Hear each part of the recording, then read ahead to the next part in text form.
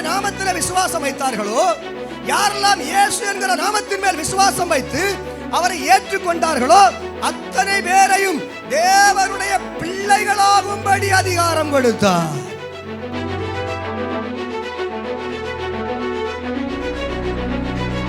மரண இருளிலே கிடக்கிற ஜனங்களுக்கு முன்பதாக ஒரு நித்திய வெளிச்சத்தை கொடுக்க இயேசு இந்த உலகத்திலே வந்தார்.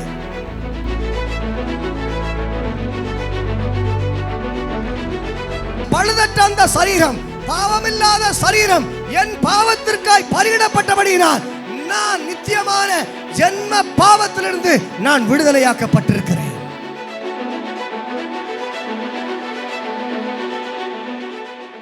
இன்றைக்கு கர்த்தர் இயேசு கிறிஸ்து இந்த உலகத்திலே வருவதற்கு காலங்கள் எந்த அளவுக்கு நெருங்கி இருக்கிறது, அவர் வருகிறதுக்கு முன்பதாக இந்த உலகத்திலே என்னென்ன காரியங்கள் நடக்கப் போகிறது என்பதை குறித்து ஒரு சில காரியங்களை நான் உங்களோடு பகிர்ந்து கொள்ள ஆண்டவருக்குள்ளே நான் ஒப்புக் கொடுக்கிறேன். நேற்றைய தினத்திலே கிருபையின் காலத்தை குறித்து நாம் சில காரியங்களை சிந்தித்தோம்.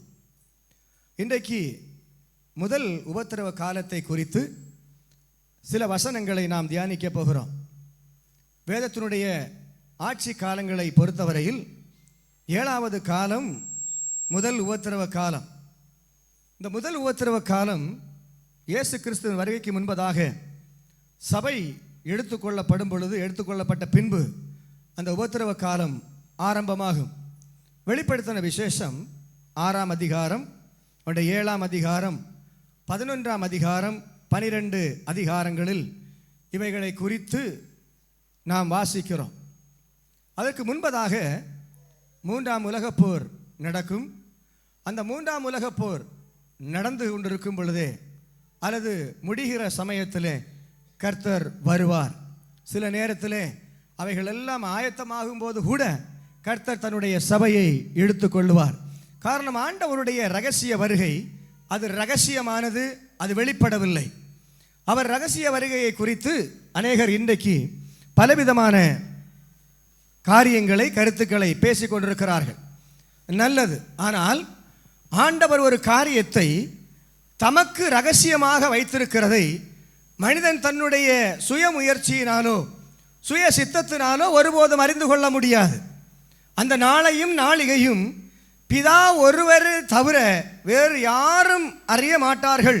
மனுஷகுமாரனும் அந்த நேரத்தை, அந்த நாளிகை குறித்து அறிய மாட்டார் என்று இயேசுவே சொல்லுகிறார். இயேசு கிறிஸ்துவுக்கு தெரியாதுன்னு நமக்கு தெரியாது. அல்லேலூயா. ஆனால் இன்றைக்கு நம்ம என்ன செய்கிறோம்? நம்மளை உயர்த்தி காட்டுவதற்காக, நம்மை பிரஸ்தாபப்படுத்துவதற்காக நாம் என்ன சொல்லிவிடுகிறோம்? வசனங்களை பேசும் பொழுது இவைகளை எல்லாவற்றையும் சேர்த்து ஆண்டவர் எனக்கு வெளிப்படுத்தினார் என்று அநேக காரியங்களை எல்லாம் நம்ம சொல்லுகிறோம். ஆனால் அப்படியெல்லாம் ஒன்றும் கிடையாது. ஆண்டவர் ஒரு காரியத்தை ரகசியமாக வைத்தால் அது ரகசியமாகத்தான் இருக்கும். ஆண்டவர் எவைகளை எல்லாம் வேதத்திலிருந்து வெளிப்படுத்தி இருக்கிறாரோ, எவ்வளவு காரியங்களை தன்னுடைய தீர்க்கதரிசிகள் மூலமாக, பரிசுத்தவான்கள் மூலமாக, ஊழியக்காரர்கள் மூலமாக எந்த காரியங்களை எல்லாம் இந்த உலகத்திலே மனிதர்கள் இப்பொழுது அறிய வேண்டும் என்று இருக்கிறார்களோ அவைகளை எல்லாம் என் ஆண்டவர் இயேசு கிறிஸ்து வெளிப்படுத்தி இருக்கிறார்.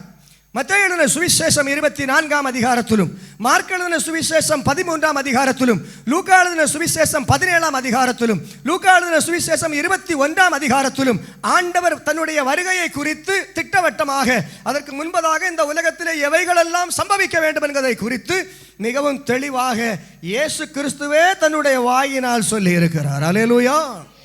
இயேசு கிறிஸ்துவுடைய முதல் வருகை, அவர் இரட்சகராக இந்த உலகத்திலே பிறக்கும் போது அவருடைய பிறப்பதற்கு முன்பதாகவே சில காரியங்கள் நடந்து தீர்மானிக்கப்பட்டபடி சில காரியங்கள் நடந்து நிறைவேற காரியமாக இருந்த காரணங்கள் எல்லாம் நிறைவேறி முடிந்த பின்பு, காலம் நிறைவேறின பின்பு கிறிஸ்து மாமிசத்திலே வெளிப்பட்டார். அல்லேலூயா.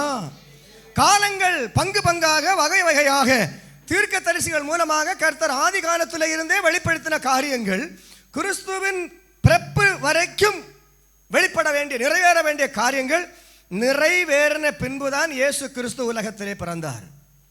அதே போல இயேசு கிறிஸ்துவின் வருகையும் அவர் என்ன காரியங்களை எல்லாம் சொன்னாரோ அந்த காரியங்கள் எல்லாம் நிறைவேறின பின்புதான் அவர் வருவார். அதற்கு முன்பதாக ஆண்டவர் வரமாட்டார். செப்டம்பர் 23ஆம் தேதி கூட ஒரு எக்கால சத்தம் கேட்கிறது, இயேசு நான் வரப்போறான்னு சொல்லி உலகமே எதிர்பார்த்தாங்க. மனிதன் குறிக்கிற நாளில் இயேசு வரமாட்டார். இதற்கு முன்பதாக எத்தனையோ பேர் சொல்லி இருக்கிறார்கள்.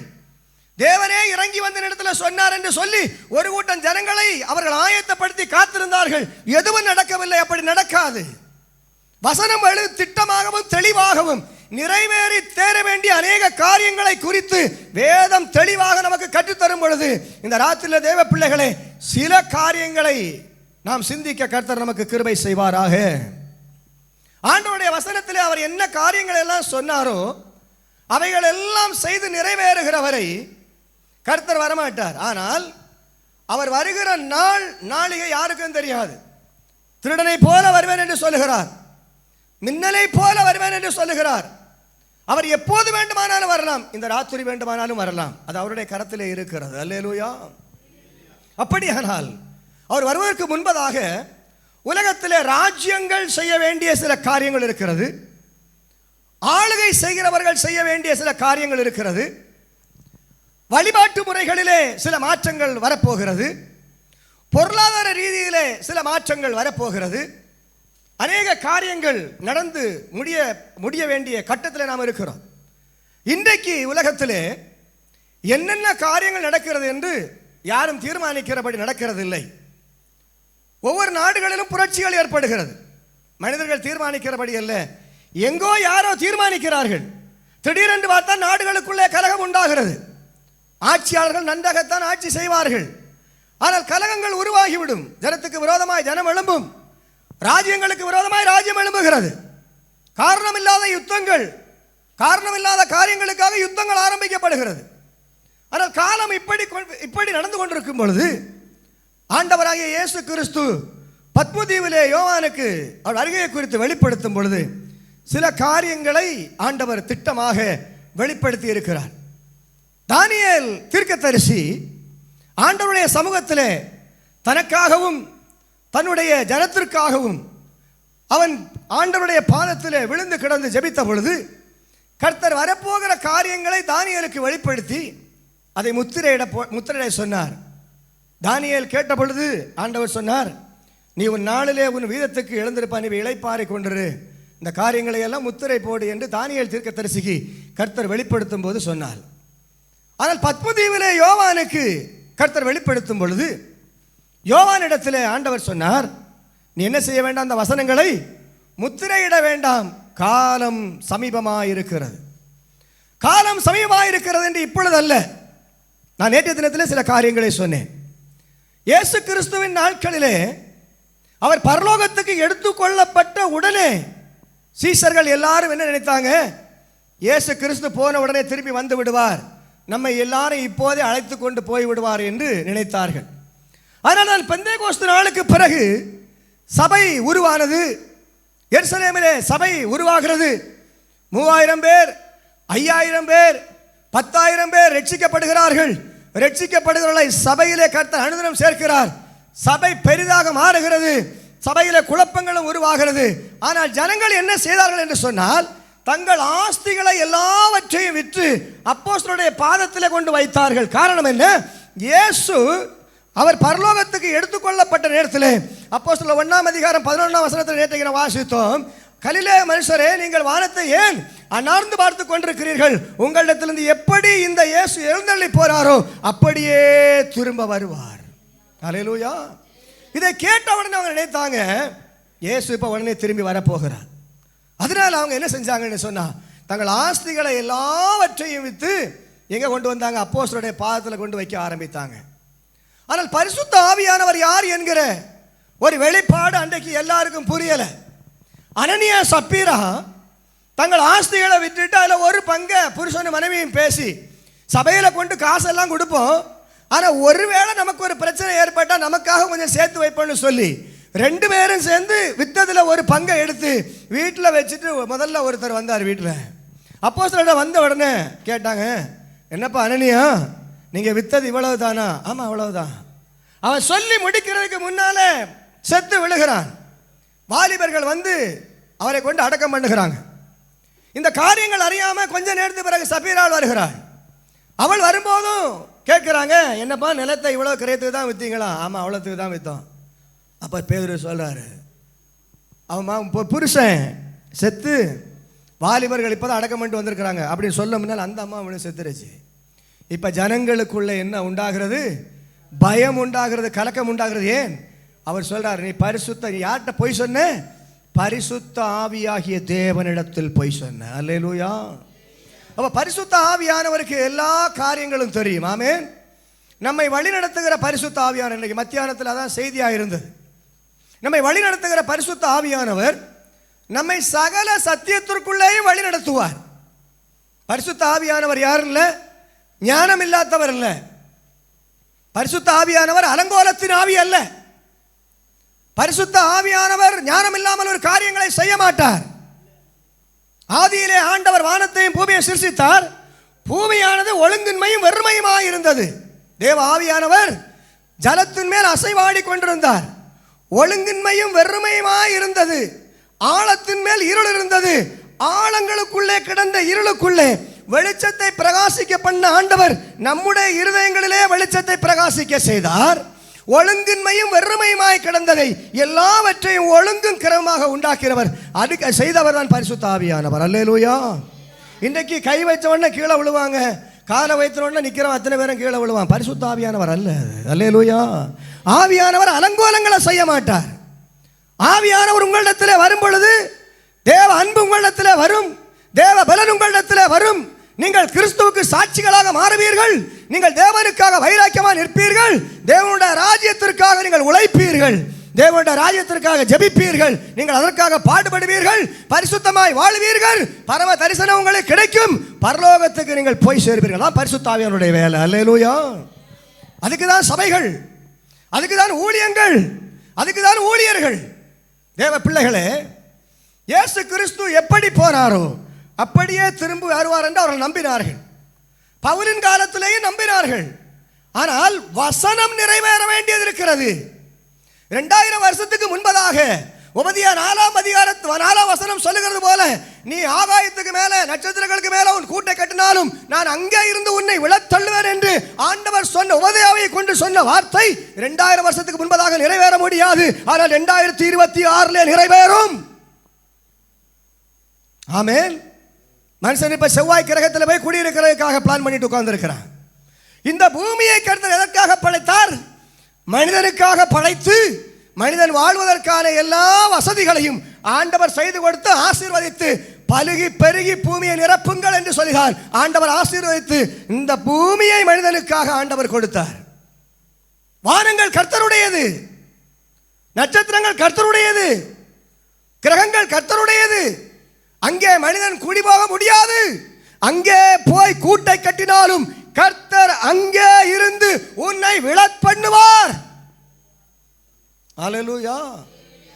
வானங்கள் ஆண்டவருடைய மகிமையை வெளிப்படுத்துகிறது. ஆகாய விரிவுடைய கருத்தின் கிரியைகளை வெளிப்படுத்துகிறது. சூரியனை ஞானமாய் படைத்தவர் யார்? சந்திரனை ஞானமாய் படைத்தவர் யார்? நட்சத்திரங்களை படைத்தவர் யார்? ஆகாய விரிவை தன் கரத்தினால் விரித்தவர் யார்?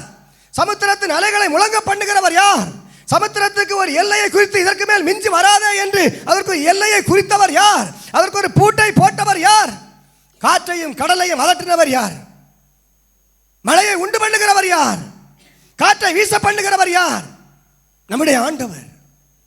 நம்முடைய ஆண்டவர். அவர் சித்தம் இல்லாமல் ஒரு காரியமும் இந்த பூமியிலே நடக்காது. அதான் சொல்றார், நீங்கள் ஒன்றுக்கும் கவலைப்படாதிருங்கள், உங்கள் தலையில் உள்ள மயிரெல்லாம் எண்ணப்பட்டிருக்கிறது. என்னுடைய சித்தம் இல்லாமல் அவைகளில் ஒன்றாகிலும் உங்கள் தலையிலிருந்து கீழே விழுவதில்லை, விழுவது இல்லை. அவர் சொன்னதான். அவருக்கு சித்தம் இல்லாமல் உங்கள் தலையில் உள்ள ஒரு மயிரும் கீழே விழாது. அவர் அனுமதிக்கணும். ஒரு தேவ பிள்ளைய ஒரு சத்துரு தொடரணும்னு சொன்னா, ஒரு பிரச்சனை தொடரணும்னு சொன்னா கர்த்தர் அனுமதிக்காம நடக்காது. அவன் கர்த்தருடைய கரத்துக்குள்ள இருக்கிறான். அல்லேலூயா. ஆனால் ஆண்டவர் சொல்லுகிறார், அவர் வருகிற வேளையை யாரும் அறிய மாட்டார்கள். ஆனால் நம்ம காலத்தை உணர்ந்து கொள்வதற்கு சில அடையாளங்களை கர்த்தர் வைத்திருக்கிறார். ஆமென். அவர் பிரசங்கம் பண்ணும்போது சொல்றார், நோவாவின் நாட்களில் நடந்தது போல மனுஷகுமார் நாட்களில் நடக்கும். நோவாவின் காலத்தில் நடந்தது என்ன? மனுஷர் பெண் கொண்டார்கள், பெண் கொடுத்தார்கள், நட்டார்கள், விற்றார்கள், அப்படித்தான் போயிட்டு இருந்தது. இப்போ என்னதான் நடக்குது? இப்பமும் என்ன நடக்குது? அதான் நடக்குது. இப்ப வித்தியாசமா நடக்கலையே. இப்ப புசிப்பும் குடிப்பும் பிரதானமாய் போய்விட்டது. இப்ப நிறைய பேர் வீட்டில் சமைக்கிறதே கிடையாது. இவங்க சாப்பிடுகிறதை யாரோ ஒருவன் தீர்மானம் பண்ணுகிறான். அவன் வைத்திருக்கிற டிசைன்ல இவன் சாப்பிடுறான். அவன் சொல்லாத சாப்பாடை இவன் சாப்பிடுறான். இவனுக்கு வராத நோய் இவனுக்கு வருகிறது. இவன் தெரியாத ஆஸ்பத்திரியில் இவன் போய் படுத்து கிடக்கிறான். அல்லேலூயா. வீடுகளில் எல்லாம் சமைக்கிறது குறைஞ்சிட்டு மனுஷன் லேக்சர் அவனுடைய இன்னைக்கு என்ன நினைக்கிறானோ அதை இன்னைக்கு அனுபவிக்கணும். அநேகருடைய இருதயங்கள் அப்படித்தான் போய் கொண்டிருக்கிறது. புசிக்கிறதும் குடிக்கிறதும் தான் இன்னைக்கு பிரதானம். எங்க சம்பந்தம் கொடுக்கலாம், எங்க சம்பந்தம் எடுக்கலாம், எங்க வீட்டை கட்டலாம், எங்க தோட்டத்தை கட்டலாம், இவ்வளவு வேற ஒன்றும் கிடையாது. ஆண்டவர் வர போறார், ஆத்துமாவை காத்துக்கொள்ள வேண்டும், அந்த பரலோகத்துக்கு போக வேண்டும் என்ற எண்ணம் அநேகருக்கு கிடையாது. ஆனால் கிறிஸ்தவர்கள் தான். மற்றவர்களை குறை சொல்ல நான் வரவில்லை. கிறிஸ்தவர்கள் தான், ஆண்டவரை அறிந்தவர்கள் தான் இன்றைக்கு உலகத்துக்கு பின்னால போய்கொண்டிருக்கிறார்கள். உலகத்துக்கு பின்னால போய்கொண்டிருக்கிறார்கள். அவர் வருகிற வேளை சமீபமாக இருக்கிறது. அவர் சொன்ன அடையாளங்கள் அநேக நடந்திருக்கிறது. அநேக காரியங்கள் நடந்து கொண்டிருக்கிறது. இன்னும் சிலவை நடக்க போகிறது. மூன்றாம் உலக போரை குறித்து எசேக்கியேல் 38 அதிகாரம் 39 அதிகாரத்தில் தெளிவாக ஆண்டவர் சொல்லி இருக்கிறார். எந்த நாட்டு தலைமையிலே இஸ்ரவேல் மலைகளுக்காக மலைகளின் மேல் அவர்கள் வருவார்கள், யுத்தம் உண்டாகும். இஸ்ரவேல்ல இப்போ யுத்தம் உண்டாயிருக்கிறது. இது நிற்க போகிறது இல்லை. ஒருவேளை அது நிறுத்தினால் கூட அது டெம்பரரியாக ஒருவேளை நிற்கலாம். ஆனால் அதுவும் கையில் இல்லை. அது நிற்க விட மாட்டாங்க. அது உலக அரசியல். அது நம்முடைய எண்ணங்களுக்கு உள்ளே தீர்மானிக்கிற காரியங்கள் அல்ல. யார் நிற்கணும்னு சொன்னா கூட நிப்பாட்ட மாட்டாங்க. மனிதனுடைய இருதயங்கள் நாடுக்கு நாடு, எல்லா நாடுகளும் தங்களுடைய ஆயுதங்களை பெருக்கித்தான் கொண்டு வைத்திருக்கிறார்கள். இவைகள் எல்லாமே நாசகரத்துக்கு ஏதுவானது. எந்த நேரத்தில் எந்த ராஜாவுடைய இருதயம் விகாரங்கள் மாறுபடும் போது யுத்தங்கள் ஆரம்பிக்கும், கலகங்கள் ஆரம்பிக்கும், சண்டைகள் ஆரம்பிக்கும். அதை யாரும் என்ன செய்ய முடியாது, தடுக்க முடியாது. இயேசு வரப்போகிறார். அதுக்கு பின்பதாக நடக்க வேண்டும் சொன்னால் ஆண்டவர் 6 முத்திரை, முதல் உத்திர காலத்திலே 6 முத்திரைகளை ஆண்டவர் உடைப்பார். வெளிப்படுத்தின விசேஷம் 1 அதிகாரத்திலே பத்மு தீவிலே யோவானுக்கு தன்னை அவர் வெளிப்படுத்துகிறார். அதுவரை யோவான் அவரை கண்டு, அவரை பார்த்து, அவரை தொட்டு, அவரோடு பேசி, அவரோடு சாப்பிட்டு பழகின இந்த இயேசு தேவகுமாரனாக, தேவனாக தன்னை வெளிப்படுத்தின போது அவன் அவருடைய பாதத்திலே செத்தவரை போல விழுந்து கிடந்தான். அல்லேலூயா. அவர் தன்னை 1 அதிகாரத்திலே தன்னை வெளிப்படுத்துகிறார். 2 அதிகாரத்திலே 3 அதிகாரத்திலேயும் சபைகளுக்கான செய்தி. பத்மதீவிலே யோவான் இருக்கும் பொழுது ஆசியா மைனர் பகுதியிலே உள்ள 7 சபைகளுக்கான, 7 சபை தலைவர்களுக்காக, 7 சபை தூதர்களுக்கான செய்திகளை அவர் கொடுக்கிறார். ஒவ்வொரு சபையை குறித்தும் அவர் சொல்லும் பொழுது எந்தெந்த சபையிலே நிறை இருக்கிறது, எந்த சபையிலே குறை இருக்கிறது, எவைகளை சீர் செய்ய வேண்டும், எவைகளை நீங்கள் தீவிரமாக செய்ய வேண்டும் என்கிற காரியங்களை குறித்து ஆண்டவர் தெளிவாக அங்கே சொல்லுகிறார். 2 சபைகளை குறித்து கர்த்தர் நிறைவாகவும் 5 சபைகளிலே இருக்கிற குறைகளையும் ஆண்டவர் சொல்லுகிறார்.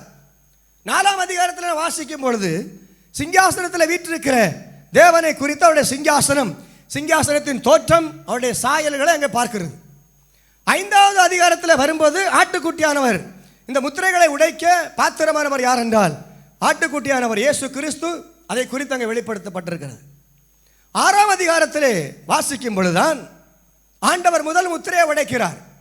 அதற்கு முன்பதாக இஸ்ரவேலிலே தேவாலயம் கட்ட வேண்டும், தேவாலயத்திலே பலி ஆரம்பிக்க வேண்டும். 1,44,000 பேருடைய முத்திரை, 666 அந்தி கிறிஸ்துவுடைய ஆட்சி, 666 கார்டு சிஸ்டம், 2 சாட்சிகள் இங்கே வரணும், கைவிடப்படுகிற சபை, எடுத்துக்கொள்ளப்படுகிற சபை, இதெல்லாமே இந்த உபத்திரவ காலத்திலே நடக்க போகிற காரியங்கள். முதலாவதாக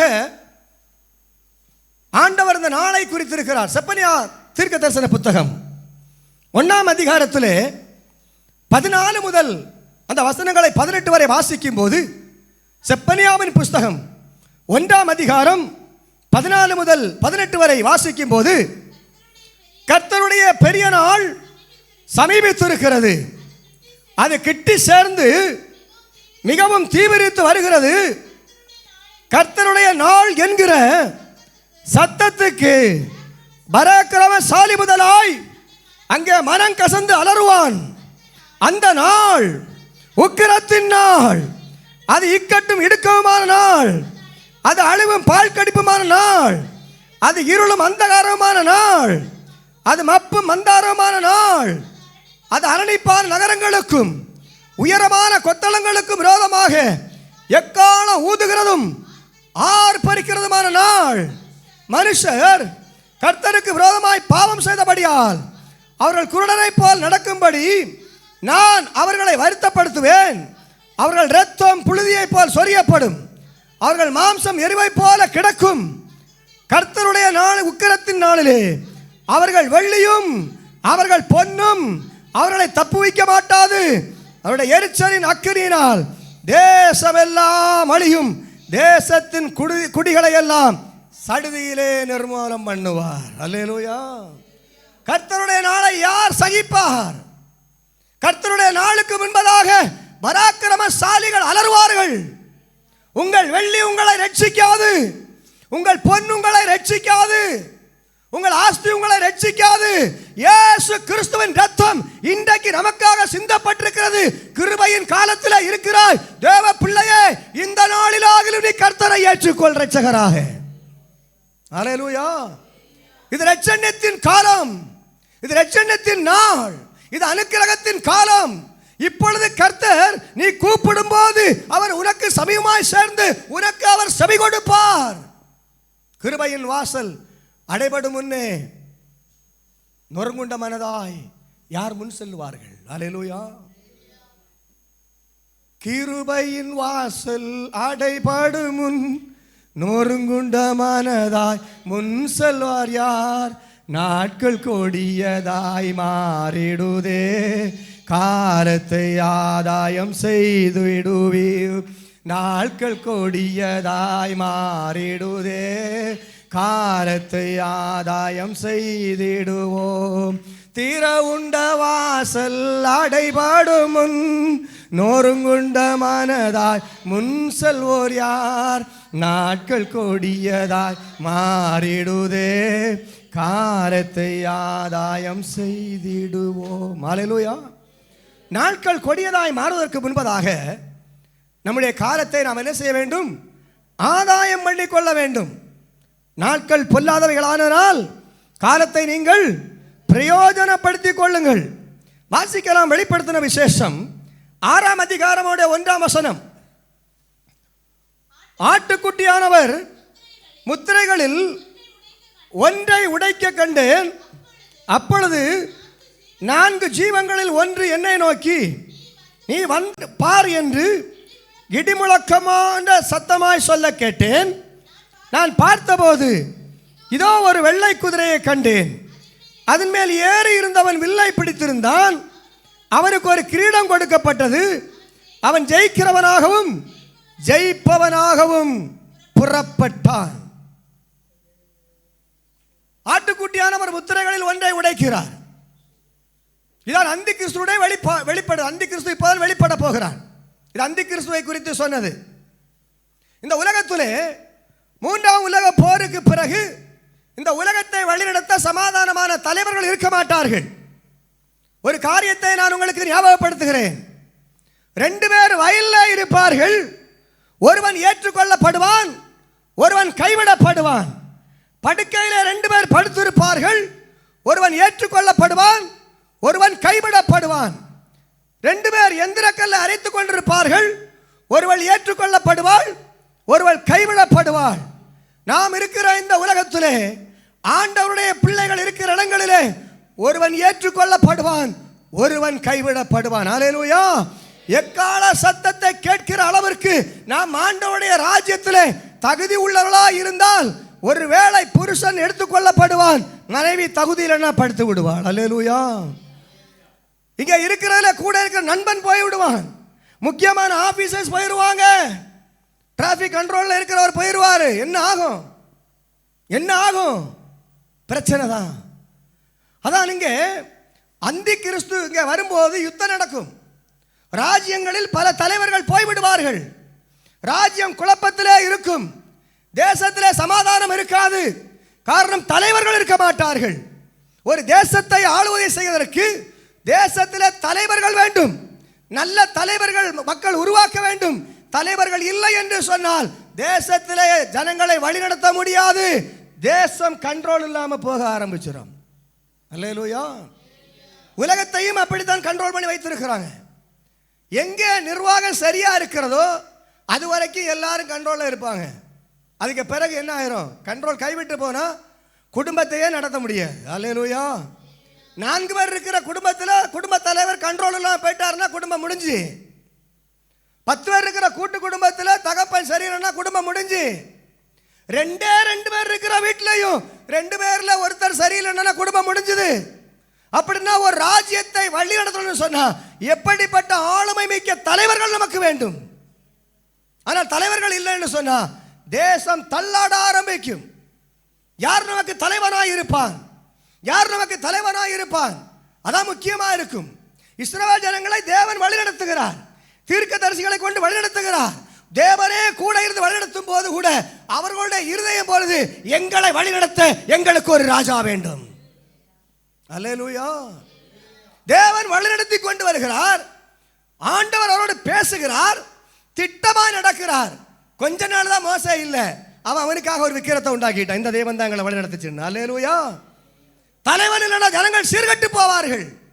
தலைமைத்துவம் இல்லைன்னு சொன்னா ஜனங்கள் சீர்கட்டு விடுவார்கள். அது சபையானாலும் சரி, சமுதாயமானாலும் சரி, தேசமானாலும் சரி, உலகமானாலும் சரி. அவர் நமக்கு தேவை, தலைவர் தேவை. இப்ப இயேசு கிறிஸ்து சபையை எடுத்துட்டு போயாச்சுன்னா பூமியிலே குழப்பம். இன்னைக்கு நம்ம எல்லாரும் இங்க இருக்கிறோம். தேவ அன்பு இந்த பூமியிலே ஊற்றப்பட்டிருக்கிறது. தேவ அன்பு தேவனால் அருளப்பட்டிருக்கிறபடியினால் தேசங்கள் சமாதானமாக போகிறது. அன்புள்ளவன் எல்லாம் பரலோகத்தில் போயிட்டாங்கன்னு சொன்னா இந்த பூமி வறுமையும் பாழுமாய் கிடக்கும். அன்பே இருக்காது. ஒருவனை ஒருவன் ஜனங்கள் விரோதிக்க ஆரம்பிப்பார்கள். இப்போதே ஒருவருக்கு ஒரு அன்பு இல்லை. அன்பை நம்ம தேவ அன்பை பெற்றுக்கொண்ட தேவ பிள்ளைகள் இருக்கிற வீடுகளிலேயே தேவ அன்பு கிடையாது. எத்தனை கிறிஸ்தவ குடும்பங்கள் சொல்ல முடியும்? நாங்கள் தேவ அன்பிலே நிலைத்திருக்கிறோம். நாங்கள் தேவ அன்பை வெளிப்படுத்துகிறோம். எங்கள் வீட்டில் உள்ளவங்க எல்லாரும் தேவ அன்பில் நிறையப்பட்டவர்களா இருக்கிறோம். எங்கள் வீடுகளுக்குள்ள சாட்சி இருக்கிறது. எங்கள் வாழ்க்கை சமுதாயத்தில் பிரதிபலிக்கிறது. எங்களை குறித்து கர்த்தருடைய திட்டத்தின்படிதான் நாங்கள் வாழுகிறோம். கர்த்தர் எங்களுக்கு அந்த அன்பை ஐக்கியத்தை தந்திருக்கிறார். எத்தனை பேர் சொல்ல முடியும்? எத்தனை பேர் சொல்ல முடியும்? 4 பேர் இருந்தால் 4 பேருமே மாறி மாறி பேச மாட்டாங்க. 4 சகோதரர் இருந்தால் 3 பேர் ஒன்றா இருப்பான், ஒருத்தன் தனியாக இருப்பான். 4 சகோதரர்கள் இருந்தால் 2 பேர் ஒரு குரூப்பாக இருப்பாங்க, 2 பேர் வேறொரு குரூப்பாக இருப்பாங்க. புருஷன் ஒரு குரூப்பு, மனைவி வேறொரு குரூப்பு. புருஷன் ஒரு பிள்ளைய சார்ந்திருக்கும், மனைவி வேறொரு பிள்ளைய சார்ந்திருக்கும். நமக்குள்ளேயே என்ன இல்லை? தேவ அன்பு இல்லை. இல்லை. கிறிஸ்து சபையை எடுத்துக்கொள்ளப்பட்ட பின்பு தேவ அன்பு இந்த உலகத்தில் இருக்காது. அப்படி தேவ அன்பு இந்த உலகத்தில் இல்லைன்னு சொன்னா இந்த உலகம் மிகவும் மோசமான நிலையிலே போய்விடும். அப்ப ராஜ்யங்களை வழிநடத்த தலைவர்கள் இருக்க மாட்டார்கள். இப்பொழுது அந்த பகுதியிலே, மத்திய கிழக்கு பகுதியிலே கலகங்களை நிறுத்துவதற்காக ஒரு ராஜா வெளியே வருவான். அந்த ராஜாவை பூமியிலே உள்ள எல்லாரும் அதற்கு என்ன செய்வார்கள்? ஆதரவு கொடுப்பார்கள். வெளிப்படுத்தின விசேஷத்தில் வாசித்தோம். அவன் எப்படி புறப்பட்டான்? நான் பார்த்தபோது ஒரு வெள்ளை குதிரையை கண்டேன். குதிரை என்னது? வேகம். குதிரையின் அடையாளம் வேகம். குதிரை வேகமாக ஓடும். அப்ப எப்படிப்பட்டவனா இருப்பான்? வேகமுள்ளவனாக இருப்பான். அவனுடைய கலர் வெள்ளை. வெள்ளை சமாதானத்தை குறிக்கிறது. அப்ப வேகமாக இருப்பான். சமாதானம் உண்டு பண்ணுகிறேன் என்று சொல்லி அவன் என்ன செய்வான்? உள்ளே வருவான். அவனிடத்தில் என்ன இருக்கு? வில்லு இருக்கு. வில்லு இருக்கு. ஆனா அவன்கிட்ட என்ன கிடையாது? அம்பு கிடையாது. அதிகாரம் இருக்கு. வில்லு இருக்கு. ஆனா அதுல என்ன இல்லை? அன்பு இல்லை. அவன் நினைச்ச காரியங்களை எல்லாம் நடக்கிறதுக்கு கொஞ்சம் காரியங்கள் நடக்கும். அவனை குறித்து வேதம் நிறைய இடங்களிலே வெளிப்படுத்துகிறது. இந்த முழு உலகத்தையும் அவன் தன்வசப்படுத்தி உபத்திரவ காலத்திலே முழு உலகத்தையும் அவன் ஆளுகை செய்வான். தானியேலின் புஸ்தகம் 7ஆம் அதிகாரம் 2 முதல் 7 வரை உள்ள வசனங்களிலும் 24 முதல் 27 வரை வசனத்திலும் 8ஆம் அதிகாரம் 4ஆம் வசனத்திலும் 11ஆம் அதிகாரம் 31ஆம் வசனத்திலும் வெளிப்படுத்தின விசேஷம் 13ஆம் அதிகாரம் 1 முதல் 18 வசனத்திலேயும் 17ஆம் அதிகாரம் 1 முதல் 17 வசனத்திலேயும் என்ன செய்யலாம்? இந்த காரியங்களை இவனை குறித்து அறிந்து கொள்ளலாம். இவன் யார்? ஒரு கெட்ட மனிதன். தானியேல் 7ஆம் அதிகாரம் 8ஆம் வசனத்தை வாசிக்கலாம். தானியேல் 7ஆம் அதிகாரம் 8ஆம் வசனம். அந்த கொம்புகளை நான் கவனித்திருக்கையில் இதோ தலைகளுக்கு இடையிலே வேறொரு சின்ன கொம்பு எழும்பிற்று. அதற்கு முன்பாக முந்தின கொம்புகளில் 3 பிடுங்கப்பட்டது. இதோ அந்த கொம்பிலே மனுஷ கண்களுக்கு ஒப்பான கண்களும் பெருமையானவைகளை பேசும் வாயும் இருந்தது. மனுஷ கண்களுக்கான கண்கள், பெருமை பேசுகிற வாய். அப்ப இவன் எப்படிப்பட்டான்? இவனை குறித்து சொல்லுகிறது, இவன் சிறிய கொம்பு. அப்படியானால் ஒரு சிறிய ராஜ்யத்திலிருந்து தான் வருவான். அல்லேலூயா. ஆனால் இவன் எப்படிப்பட்டவன் இருப்பான்? இவனுடைய பேச்சை உலகத்தில் உள்ளவங்க நம்புவாங்க. அவன் சொல்லுவான், நான் சொன்னா நடக்கும், நான் சமாதானத்தை உண்டு பண்றேன், நான் பிரச்சனைகளை சால்வ் பண்றேன், என்கிட்ட அதுக்கான அஜெண்டா இருக்கிறது, நான் அதை செய்கிறேன்னு சொன்ன உடனே பூமியிலே ஆளுகை செய்கிற தலைவர்கள் எல்லாரும் அதற்கு ஒப்புக்கொள்ளுவார்கள். தானியேல் 9ஆம் அதிகாரம் 26, 27 வசனத்தை வாசிக்கலாம். அந்த 62 வாரங்களுக்கு பின்பு மேசியா சங்கரிக்கப்படுவார். ஆனாலும் தமக்காக அல்ல, நகரத்தையும் பரிசுத்த ஸ்தலத்தையும் வரப்போகிற பிரபுவின் ஜனங்கள் அழித்து போடுவார்கள். அதன் முடிவு ஜலப்பிரவாகம் போல இருக்கும். முடிவு பரியந்தம் யுத்தமும் நாசமும் உண்டாக நியமிக்கப்பட்டது.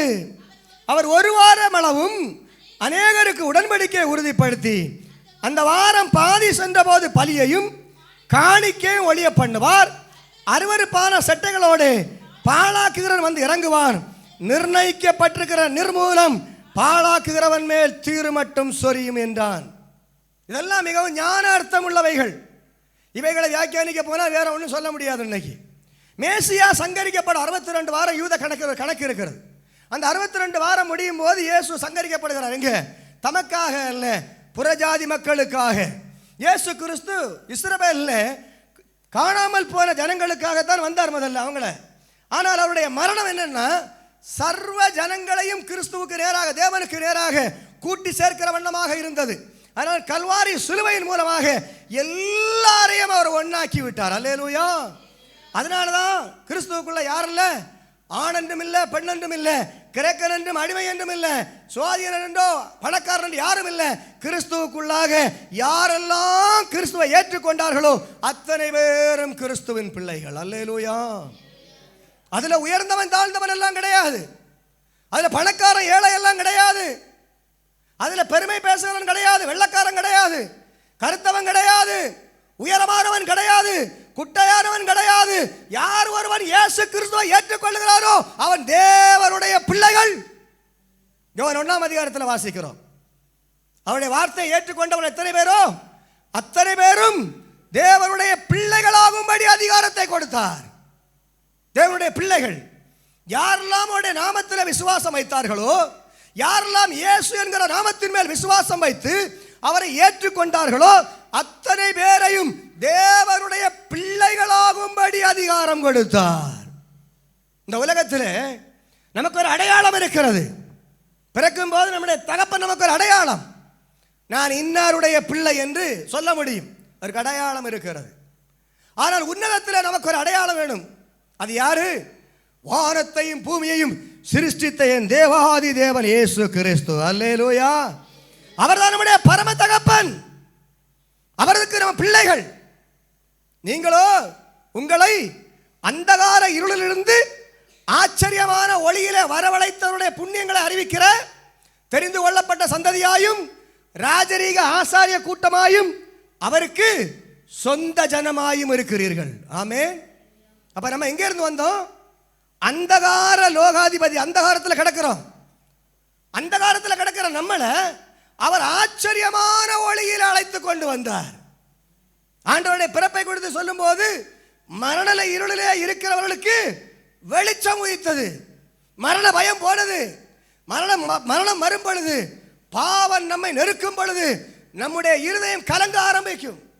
மரண இருளிலே கிடக்கிற ஜனங்களுக்கு முன்பதாக ஒரு நித்திய வெளிச்சத்தை கொடுக்க இயேசு இந்த உலகத்திலே வந்தார். அவர் இரத்தத்தினாலே நாம் என்ன செய்திருக்கிறோம்? நீதிமான்களாக்கப்பட்டிருக்கிறோம், கழுவப்பட்டிருக்கிறோம், சுத்திகரிக்கப்பட்டிருக்கிறோம், விடுதலை அடைந்திருக்கிறோம், ரட்சிக்கப்பட்டிருக்கிறோம், தேவ ஞானத்தால் நிறையப்பட்டிருக்கிறோம். தேவ ஆவி நமக்கு தந்திருக்கிறார். தேவனுடைய பிள்ளைகளான அதிகாரத்தை கர்த்தர் நமக்கு தந்திருக்கிறார். நாம் ஆச்சரியமான வழியில வந்திருக்கிறோம். அவருடைய புண்ணியங்களை அறிவிக்க தெரிந்து கொள்ளப்பட்ட சந்ததி ரொம்ப முக்கியம். அல்லேலூயா. இஸ்ரவேல் ஜனத்துக்கு தான் ஒரு பெரிய விசேஷம் உண்டு. இஸ்ரவேல் ஜனத்துக்கு தான் கர்த்தர் தன்னை வெளிப்படுத்தினார். அவனுக்குத்தான் ஆராதனை, அவனுக்குத்தான் ஆசரிப்பு கூடாரம், அவனுக்குத்தான் ஆசாரியன், அவனுக்குத்தான் வாக்கு தத்தம், அவனுக்குத்தான் தேவன், அவனுக்குத்தான் சடங்கு சம்பிரதாயங்கள். இதெல்லாம் அவனுக்கு கொடுக்கப்பட்டது, மற்றவங்களுக்கு கிடையாது. வாக்கு தத்துவம், ஆராதனை, பலி இதெல்லாமே அவனுக்குரியது. இயேசு கிறிஸ்து அதை நமக்காக தந்திருக்கிறார். அல்லேலூயா. இயேசு கிறிஸ்துவின் ரத்தம் எல்லாரையும் ஒன்னாக்குறதுனால நம்ம எல்லாரும் அவருடைய பிள்ளைகளாக மாறிவிட்டோம். அந்தகார இருளிலிருந்து ஆச்சரியமான ஒளியில வரவழைத்தோட புண்ணியங்களை அறிவிக்க தெரிந்து கொள்ளப்பட்ட சந்ததி. அல்லேலூயா. உலகத்தில் எவ்வளவு பேர் இருக்கிறாங்க, அவங்களுக்கு இந்த ஆத்மீக வெளிச்சம் இல்லை. உங்களுக்கு ஆத்மீக வெளிச்சம் அந்த ஆண்டவருக்காக நன்றி சொல்லுகிறேன். அல்லேலூயா, அல்லேலூயா, அல்லேலூயா. தெரிந்து கொள்ளப்பட்ட சந்ததி, ராஜரீக ஆசாரிய கூட்டம். எவ்வளவு பெரிய பதவி! ராஜகீய ஆசாரிய கூட்டம். தனக்கு சொந்த ஜனன்னு சொல்றார். அல்லேலூயா. நீங்க யாரு? என்னுடைய சொந்த ஜனம். உங்களுக்கு நான் இன்னும் கொஞ்சம் விளங்க பண்ணணும்னு சொன்னா, ஆபிரகாமை கர்த்தர் ஒருவனாய் அழைக்கிறார். ஈசாக்கு அவனுக்கு தாரேன்னு சொல்றாரு, தேசத்தை அவனுக்கு தாரேன்னு சொல்றாரு. ஈசாக்கை ஆசீர்வதிக்கும் போது ஆண்டவர் சொல்றார் ஆதியாகமம் 15 அதிகாரத்தில், நான் பின்வரும் உன்னுடைய சந்ததிக்கு நான் தேவனாய் இருக்கும்படி. உன் சந்ததிக்கு நான் தேவன். உனக்கு மட்டும் நான் தேவன் இல்லை, தலைமுறை தலைமுறையாய் உன் சந்ததிக்கு நான் தான் தேவன். அப்படின்னா தேவன் ஆபிரகாமின் குடும்பத்தோடு தன்னை இணைத்து கொண்டார். அல்லேலூயா. இணைத்து கொண்டார், இல்ல பிணைத்து கொண்டார். ஆபிரகாம் சந்ததி இல்லைன்னு சொன்னா ஆண்டவர் இல்லை, ஆண்டவர் இல்லைன்னா ஆபிரகாம் சந்ததியும் இல்லை. அல்லேலூயா. இப்படித்தான் ஒருத்தனை ஒன்று தோட்டத்தில் வச்சிருந்தாரு. ஆதாம் ஏவாளையும் கொண்டு விட்டு இதைத்தான் செஞ்சுட்டு இருந்தாரு. ஆதாம் ஏவாள் இல்லைன்னா ஆண்டவர் இல்லை, ஆண்டவர் இல்லைன்னா அவங்க 2 பேர் இல்லை. 2 பேரும் பேசி பேசி அப்படியே நல்லா தான் போயிட்டு இருந்த வண்டி. ஆமென். பாவப்பட்ட பாட்டியம்மா இப்படிப்பட்ட ஒரு காரியத்தை பண்ணி பெருஞ்சிக்கல்ல இழுத்து விட்டுருச்சு. அல்லேலூயா. இந்த பாடுபட வேண்டியது இருக்கிறது. ஆமென். அல்லேலூயா. இங்க ஆண்டவர் ஆபிரகாமோடு தன்னை இணைக்கிறார். ஆபிரகாமை விட்டு பிரிய ஆண்டவருக்கு மனசு இல்லை. உன் சந்ததி சந்ததியாக நான் உனக்கு தேவனாயிருக்கும்படி அந்த சந்ததி தான் நம்ம. அல்லேலூயா. அந்த விசுவாச தகப்பனுடைய சந்ததி தான் நம்ம. அப்ப நமக்கும் ஆண்டவருக்கும் ஒரு இணையில்லாத பிணை, ஒரு இணைக்க முடியாத ஒரு பிணைப்பு இருக்கிறது. அதை புரிந்து கொள்ள வேண்டும். நம்ம ஆண்டவர் எப்படி பார்ப்போம்? பணம் தேவைப்பட்ட ஏடிஎம்மா பார்ப்போம், வியாதியா இருந்தா டாக்டரா பார்ப்போம், பிரச்சனையா இருந்தா பரிகாரியா பார்ப்போம், பிரச்சனை இல்லைன்னா கண்டுவிட மாட்டோம். அல்லேலூயா, அல்லேலூயா. நம்ம அவ்வளவுதான் ஆண்டவரை வச்சிருக்கிறது. பிரச்சனை பெருசாயிட்டுன்னா ஆண்டவரே ராத்திரியும் பகலும் அழுது கூப்பிட்டு எப்படியாவது அந்த பணத்தை தரணும்னு கேட்போம். பணம் கிடைச்சுன்னு சொன்னா கொஞ்ச நாள் அப்புறம் கண்ணு தெரியாது. அப்புறம் திரும்ப ஏதாவது ஒரு பிரச்சனை வரும், ஒரு நோய் வரும். அப்போ உடனே என்ன செஞ்சிருவாங்க? ஆண்டவரே 103 சங்கீதத்தில் தான் வாசிக்கிறோம், இஸ்ரவேல் ஜனங்கள் தங்கள் ஆபத்தில் கர்த்தரை நோக்கி கூப்பிடுகிறது. அவர் என்ன செய்வார்? உடனே அவங்களுக்கு பரிகாரம் பண்ணுவார். சத்தத்தை கேட்பார். காரணம் யாரு? அவரோடு அவர்களை பிணைத்து கொண்டார். அல்லேலூயா. நம்மோடு ஆண்டவர் இணைந்திருக்கிறபடியினால நம்மை அவர் கைவிடவே முடியாது. அல்லேலூயா. உரிமையோடு ஆண்டவருடைய சமூகத்தில் நிற்க முடியும். அதுக்கு தான் கர்த்தர் நம்மை அழைத்திருக்கிறார். அவர் என்ன சொல்றார்? நான் போய் உங்களுக்கு ஒரு ஸ்தலத்தை ஆயத்தம் பண்ண போறேன்ப்பா. நான் போன பிறகு ஸ்தலத்தை ஆயத்தம் பண்ண பின்பு நான் திரும்ப வந்து உங்களை என்னிடமாய் சேர்த்துக் கொள்வேன். அல்லேலூயா. இவ்வளவு பெரிய வாக்குத்தத்தத்தை உலகத்தில் எந்த தெய்வமும் தரல. அல்லேலூயா. அதான் இந்த இயேசுவை நான் பிரசங்கிக்கிறேன். அல்லேலூயா. என் பாவத்துக்கு பரிகாரம் கல்வாரி சிலுவையில் தான் இருக்கிறதே தவிர இயேசு கிறிஸ்துவின் சரீரம், பழுதற்ற அந்த சரீரம், பாவமில்லாத சரீரம் என் பாவத்திற்காய் பலியிடப்பட்டபடியினால் நான் நித்தியமான ஜென்ம பாவத்திலிருந்து நான் விடுதலையாக்கப்பட்டிருக்கிறேன். அல்லேலூயா. ஜென்ம பாவம், அந்த பாவத்திலிருந்து நான் விடுதலையாக்கப்பட்டிருக்கிறேன். கிறிஸ்துவின் இரத்தம் என்னை பரிசுத்தவானாக மாற்றிவிட்டது. நான் எந்த பிரயாச்சித்தம் செய்யல, கிறிஸ்து எனக்காக செய்தார். நான் அதை விசுவாசிக்கிறேன். கிறிஸ்து எனக்காக மரித்தார். நான் அதை விசுவாசிக்கிறேன். கிறிஸ்து எனக்காக உயிரோடு எழுப்பினார். நான் விசுவாசிக்கிறேன்.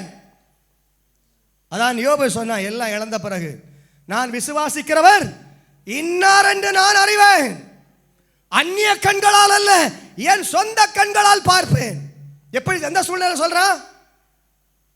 ஆஸ்திகள் எல்லாம் போயாச்சு, மனைவி போயாச்சு, பிள்ளைங்க இறந்தாச்சு, சர்ற முழுவதும் வேதனை, நாற்றம் பிடிச்ச புண்கள், நாய்கள் பருக்களை நக்குது, தண்ணி கொடுக்க ஆள் இல்ல, புழுதியில கிடக்கிறான், குப்பையில கிடக்கிறான், ஓட்ட எடுத்து சுரண்டான், நிம்மதி இல்ல, ஆண்டவரை தேடுறான்.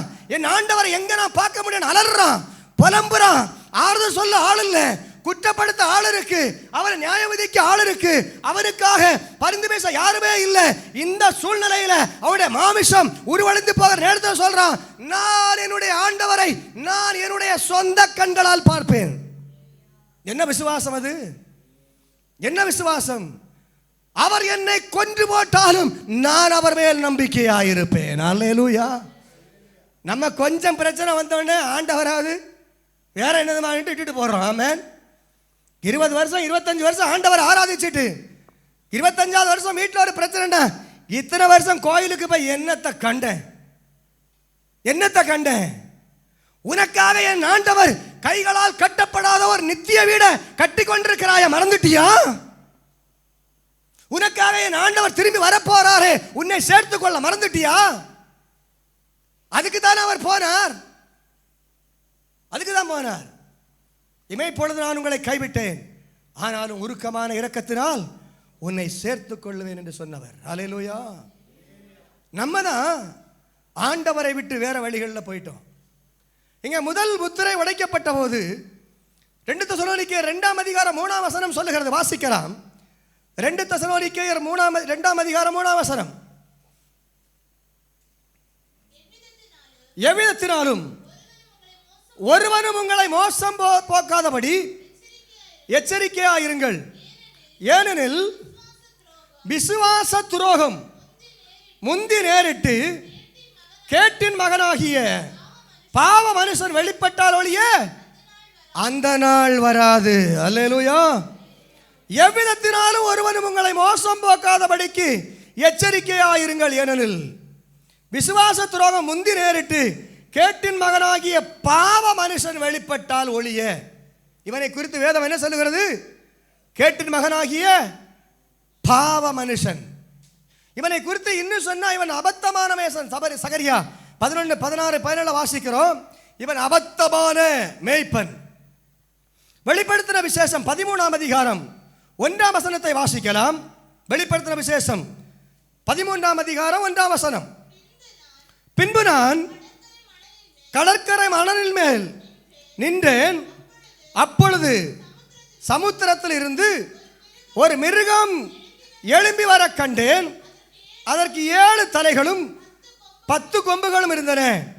அதன் கொம்புகளின் மேல் 10 முடிகளும், அதன் தலைகளின் மேல் தூஷணமான நாமமும் இருந்தது. இவரை சொல்லுங்க, சமுத்திரத்தில் இருந்து ஒரு மிருகம் எழும்பி வர கண்டேன் அப்படின்னா இப்போ அது இல்லை, இனி எழும்பி வரப்போகிறது. அல்லேலூயா. அப்போ அதான் இப்போ அது இல்லை, இப்போ அந்தி கிறிஸ்து இல்லை. ஆனால் யோவான் சொல்லுகிறார், இப்பொழுதும் உலகத்தில் அநேக அந்தி கிறிஸ்துகள் இருக்கிறார்கள். அந்தி கிறிஸ்து என்கிறது யார்? இயேசு கிறிஸ்துவை மறுதலிக்கிறவனே அல்லாமல் வேறு யாரும் இல்லை. இன்னைக்கு நிறைய விசுவாசங்களில் கிறிஸ்தவத்திலே கிறிஸ்தவ விசுவாசங்கள் இயேசுவை அங்கீகரிக்காத கூட்டம் கூட இருக்கு. ஆமென். அப்ப இயேசுவை மாமிசத்தில் வந்த இயேசுவை அறிக்கை பண்ணாத எல்லா ஆவிகளும் அந்தி கிறிஸ்துவின் ஆவிகள். அது இப்பொழுதும் கிரியை செய்கிறது.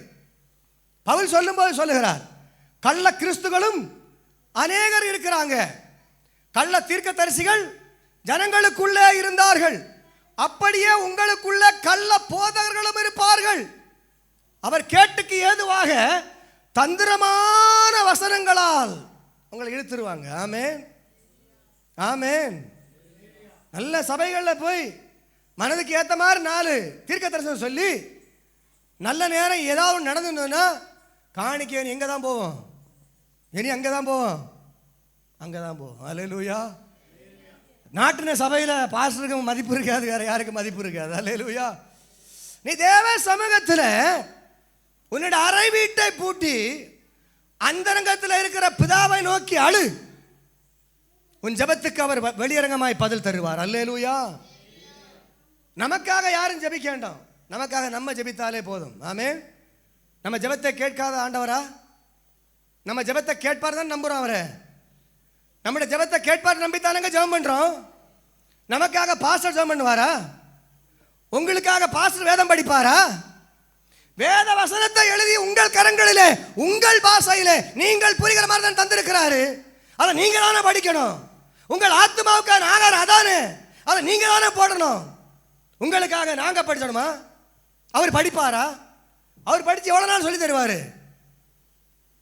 நீங்க படிக்கும் போது வசனம் உங்களோடு பேசும், வசனம் உங்களை விடுதலையாக்கும், வசனம் உங்களுக்கு ஆறுதல் தரும், வசனம் உங்களை சத்தியத்தில் நடத்தும், வசனம் உங்களை போதிக்கும், வசனம் உங்களை ஞானவானாக்கும், வசனம் தேவ காரியங்களை வெளிப்படுத்தும், வசனம் மறைபொருட்களை உங்களுக்கு வெளிப்படுத்தும்.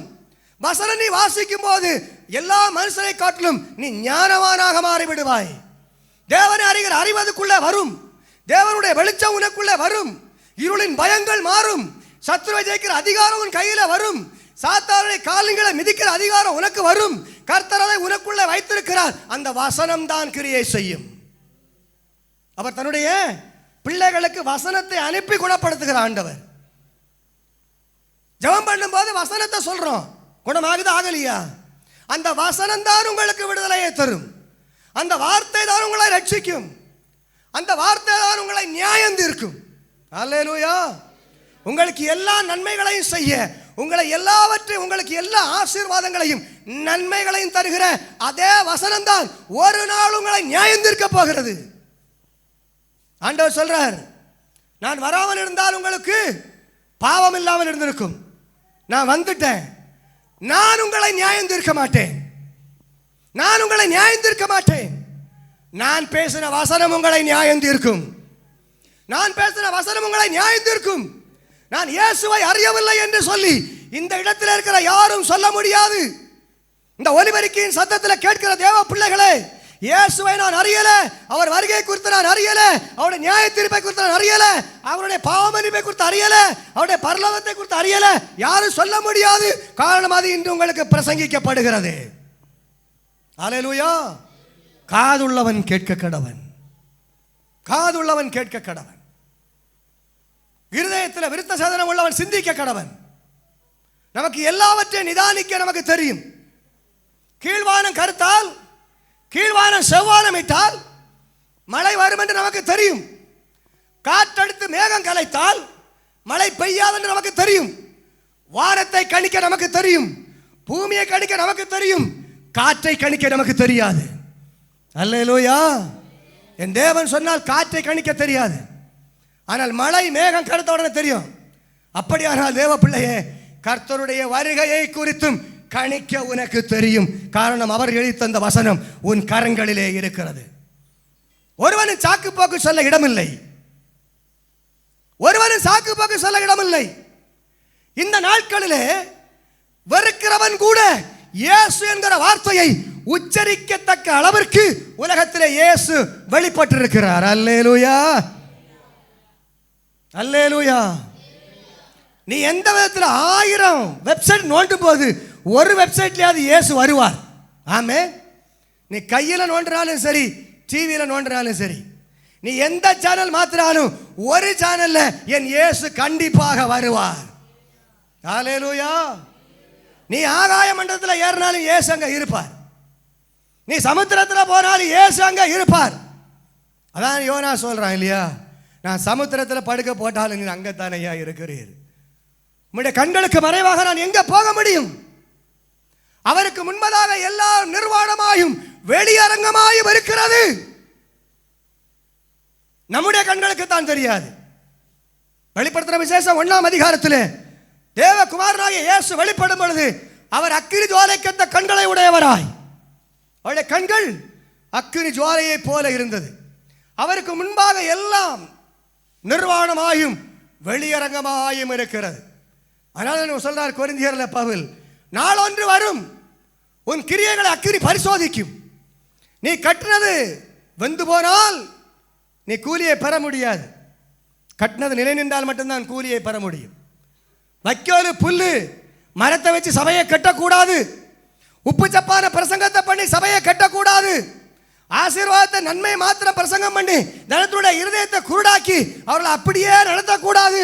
தேவ பிள்ளையே, சத்தியத்தை சத்தியமாய் உரைக்க வேண்டும்.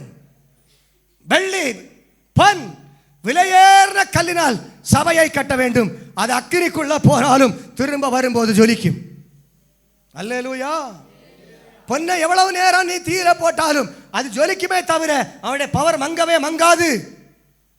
வெள்ளியை நீ எவ்வளவுதான் உருக்கி அடித்தாலும் அடிக்க அடிக்க அதுக்கு அதனுடைய வெளிச்சம் கூடுமே தவிர வெள்ளி ஒரு காலம் கருக்காது. விலையேறின கற்களும் அப்படித்தான். ஆனால் வைக்கல போட்டா கரிஞ்சு போகும், புல்ல போட்டா கரிஞ்சு போகும், மரத்தை போட்டா கரிஞ்சு போகும். தேவ பிள்ளைய ஆவிக்குரிய வாழ்க்கையை நீ பொன்னினால கட்டு, வெள்ளியினால கட்டு, விலையேறின கற்களினால் கட்டு. ஆண்டவரை ஏடிஎம் கார்டா மட்டும் பயன்படுத்தி பழகாத. ஆண்டவரை டாக்டர் கைவிடும் போது மட்டும் பெரிய டாக்டரா மட்டும் பழகாத, பார்த்து பழகாத. பிரச்சனைக்கான பரிகாரியா மட்டும் பழகாத. என் இயேசுவை நேசிக்க ஆரம்பி. இந்த உலகத்தில் மனுஷனுடைய அன்பை காட்டிலும் என்னுடைய இயேசுடைய அன்பு பெரியது, அவருடைய நேசம் பெரியது. நீ நேசித்து பழகிப்பார், உன்னை விடவே மாட்டார். நீ அதிகாலை நேரங்களில் ஜெபித்து பழகிப்பார். ஒரு குறிப்பிட்ட நேரத்தை ஒதுக்கி நீ காலையில எல்லா ஜீவராசிகளும் தூங்கும் போது நீ எழும்பி அந்த நாளுக்குரிய நன்மைக்காய், அந்த நாளுக்குரிய ஆசீர்வாதத்திற்காய் தேவ சமூகத்தில் நீ உன்னுடைய இருதயத்தை ஊற்றி, இந்த நாளிலே நான் எவைகளை பார்க்க வேண்டும், எவைகளை பேச வேண்டும், எவைகளை செய்ய வேண்டும், உமக்கு பிரியமானது எது, உமக்கு பிரியமில்லாத எது, என்னுடைய திட்டம் என்ன, அவனுடைய அங்கீகாரம் என்ன கேட்டு பார். நீ பழகி பார். நீ ஒருவேளை ஒரு நாள் சீனத்தில் தூங்கினாலும் என் தேவன் வந்து உன்னை எழுப்புவார். அல்லேலூயா, அல்லேலூயா. அவர் உண்மை உள்ளவர், அவர் உண்மை உள்ளவர். நீ ராத்திரி 2:30 மணிக்கு எழுப்பி ஜெபம் பண்ணா 2:25 இயேசு வந்துருவார் உன் அறையில். ஆமென். நீ 4 மணிக்கு எழுப்பி ஜெபிக்கிறவனா இருந்தா 4 மணிக்கு 5 நிமிஷம் முன்ன இயேசு உன் அறையில் வருவார். அவருக்கு உன்னை பிரிய முடியாது. நான் சொன்னேன், ஆபிரகாமோடு தன்னை பிணைத்து கொண்டார், உங்களோடு என்னோடு தன்னை பிணைத்து இருக்கிறார். நீ அதிகாலையில் ஜெபித்து பார், அந்த நாள் முழுவதும் ஆசீர்வாதமாக இருக்கும். நீ ஜெபிக்கும் பொழுது கர்த்தருக்கு ஆலோசனைகளை தருவார். கர்த்தர் தான் செய்ய போகிற காரியத்தை வெளிப்படுத்துவார். அன்றைக்குள்ள ஆபத்துகளுக்கு உன்னை நீங்களாக்கி விடுவிப்பார்.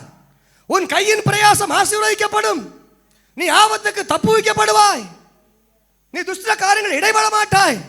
உன் பொருள் பத்திரப்பட்டிருக்கும். அதான் சொல்றார், இரவின் பயங்கரத்துக்கும் பகலில் பறக்கும் அம்புக்கும் இருள் நடமாடும் கொள்ளை நோக்கும் மத்தியானத்தில் பாழாக்கும் சங்காரத்துக்கும் நீ தப்பு வைக்கப்படுவாய். அவருடைய வேடனுடைய கண்ணிக்கும் பாழாக்கும் கொள்ளை நோக்கும் தப்பு வைப்பார். நான் உனக்கு போதித்து நீ நடக்க வேண்டிய வழியிலே உன்னை நடத்துவேன். என் கண்ணை வைத்து உனக்கு ஆலோசனை சொல்லுவேன். எப்ப? நீ தேவ சந்நிதியில் போனா மட்டும்தான். சபையில வரும்போது ஆண்டவர் எங்களுடைய ஆவியில எதை ஏவுகிறாரோ அதை உங்களுக்கு நாங்கள் பிரசங்கம் பண்ண முடியும். ஆனால் அறை வீட்டில் உன்னோடு பேசுகிற, உன்னோடு உலாவுகிற இயேசு மட்டும்தான் உண்டு. உனக்கு இயேசு மட்டும்தான் உண்டு. ஆனா காலையில நீ ஆண்டவர் சமூகத்தில் ஜெபித்துப்பார், அதையே பழக்கமாக்கிப்பார். நீ தூங்கினாலும் என் ஆண்டவர் தூங்க மாட்டார். அவர் அந்த குறிப்பிட்ட நேரத்தில் வந்துடுவார். அவர் உங்களை பிரியவே மாட்டார். இயேசுவை நேசித்து பாருங்கள். அதான் சீமோன்ட்ட கேட்டார் ஆண்டவர். சீமோன் பேதுருவே, நீ இடத்துல அன்பா இருக்கிறாயான்னு கேட்டார். நான் உன்னை நேசிக்கிறேன்டா. நீ என்ன நேசிக்கிறேன்டா, நான் அன்பா இருக்கிறேன்டா. அல்லேலூயா, அல்லேலூயா. ரெண்டு அன்புலையும் பெரிய டிஃபரன்ஸ் உண்டு. நாங்கள் போகலை, அந்த இடத்துல சொல்லலை. ஆண்டவருடைய அவன் சொல்ற, ஆண்டவரை எல்லாம் நீர் அறிவீர், என் உள்ளத்தை நீர் அறிவீர். என்னதுக்குப்பா இந்த கேள்வி எல்லாம்? நான் யாருன்னு நமக்கு தெரியும், என்னுடைய இருதயம் என்ன நமக்கு தெரியும். இந்த திருவசனமாகிய ஞானப்பாலின் மேல நம்முடைய இருதயம் உள்ள போயிட்டுன்னு சொன்னாலே நம்ம தேவனுடைய பரிசுத்தனாய் மாறி விடுவோம். அல்லேலூயா. அவருடைய ஆவியானவர் நம்மை செம்மையான வழியில் நடத்துவார். இந்த உலகத்தில் நீதிமானுக்கு என்று ஒரு ஆசீர்வாதம் இருக்கிறது. இந்த உலகத்தில் பரிசுத்தவானுக்கு என்று ஒரு ஆசீர்வாதம் இருக்கிறது.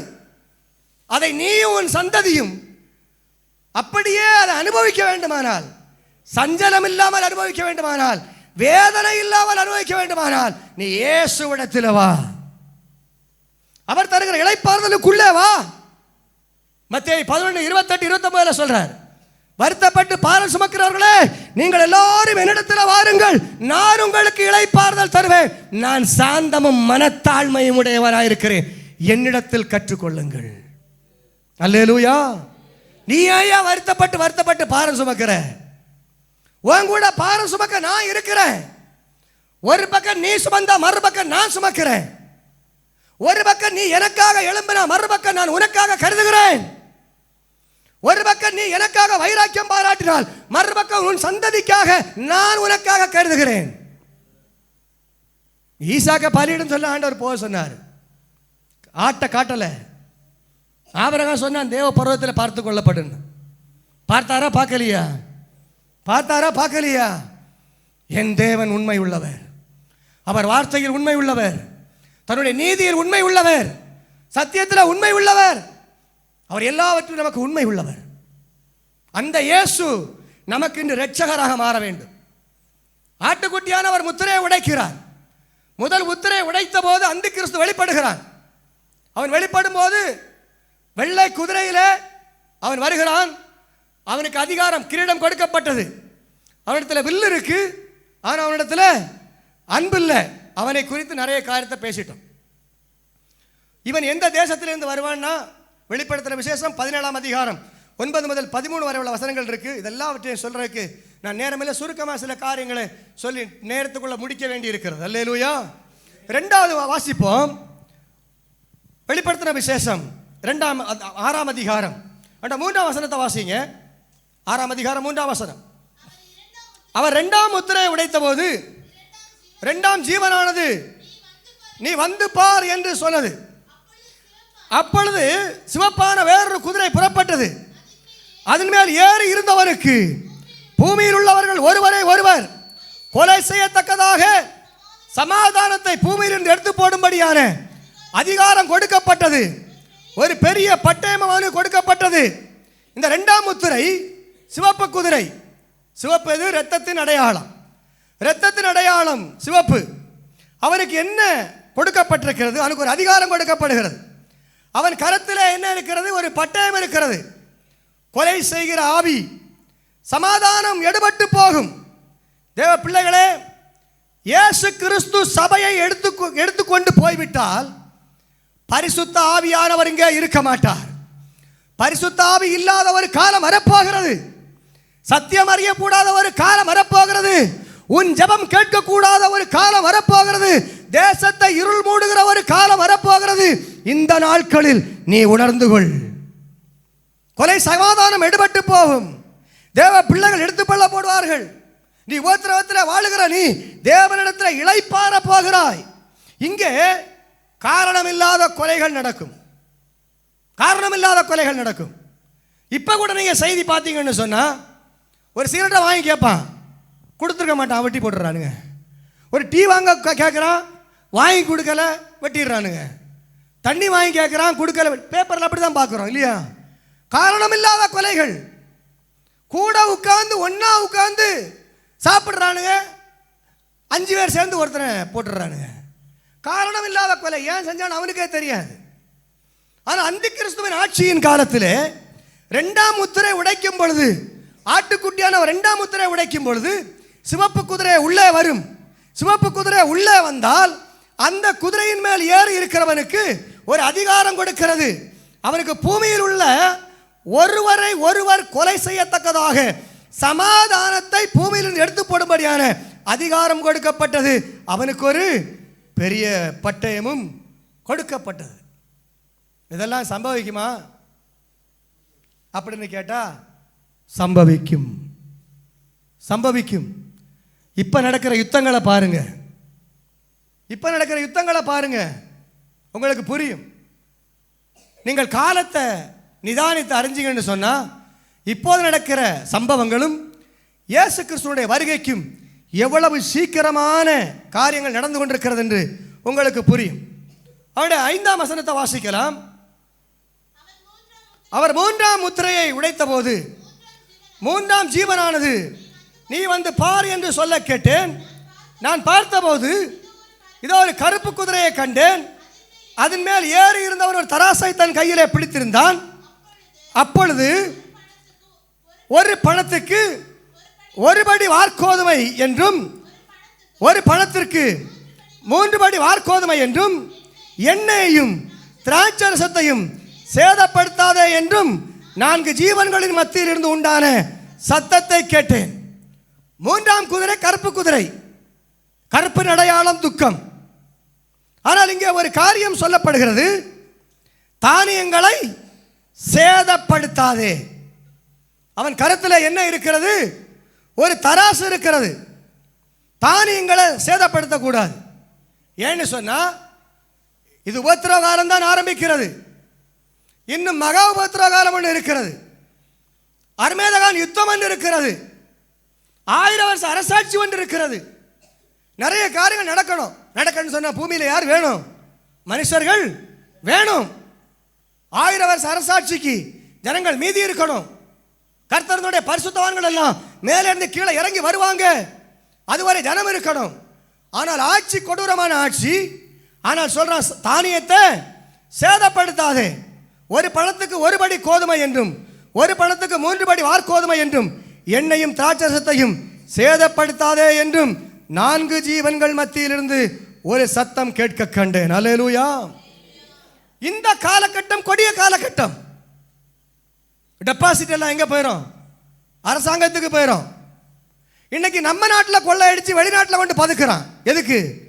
தலைமுறையா 10 தலைமுறை 50 தலைமுறை அங்க வாழலாம் என்று நான் முதல்ல சொன்னேன். நீ நான் கழுகை போல உயர எழும்பி பறந்து நட்சத்திரங்களுக்கு மேல கூட்ட கட்டினாலும் நான் அங்கே இருந்து உன்னை விழ பண்ணுவேன்.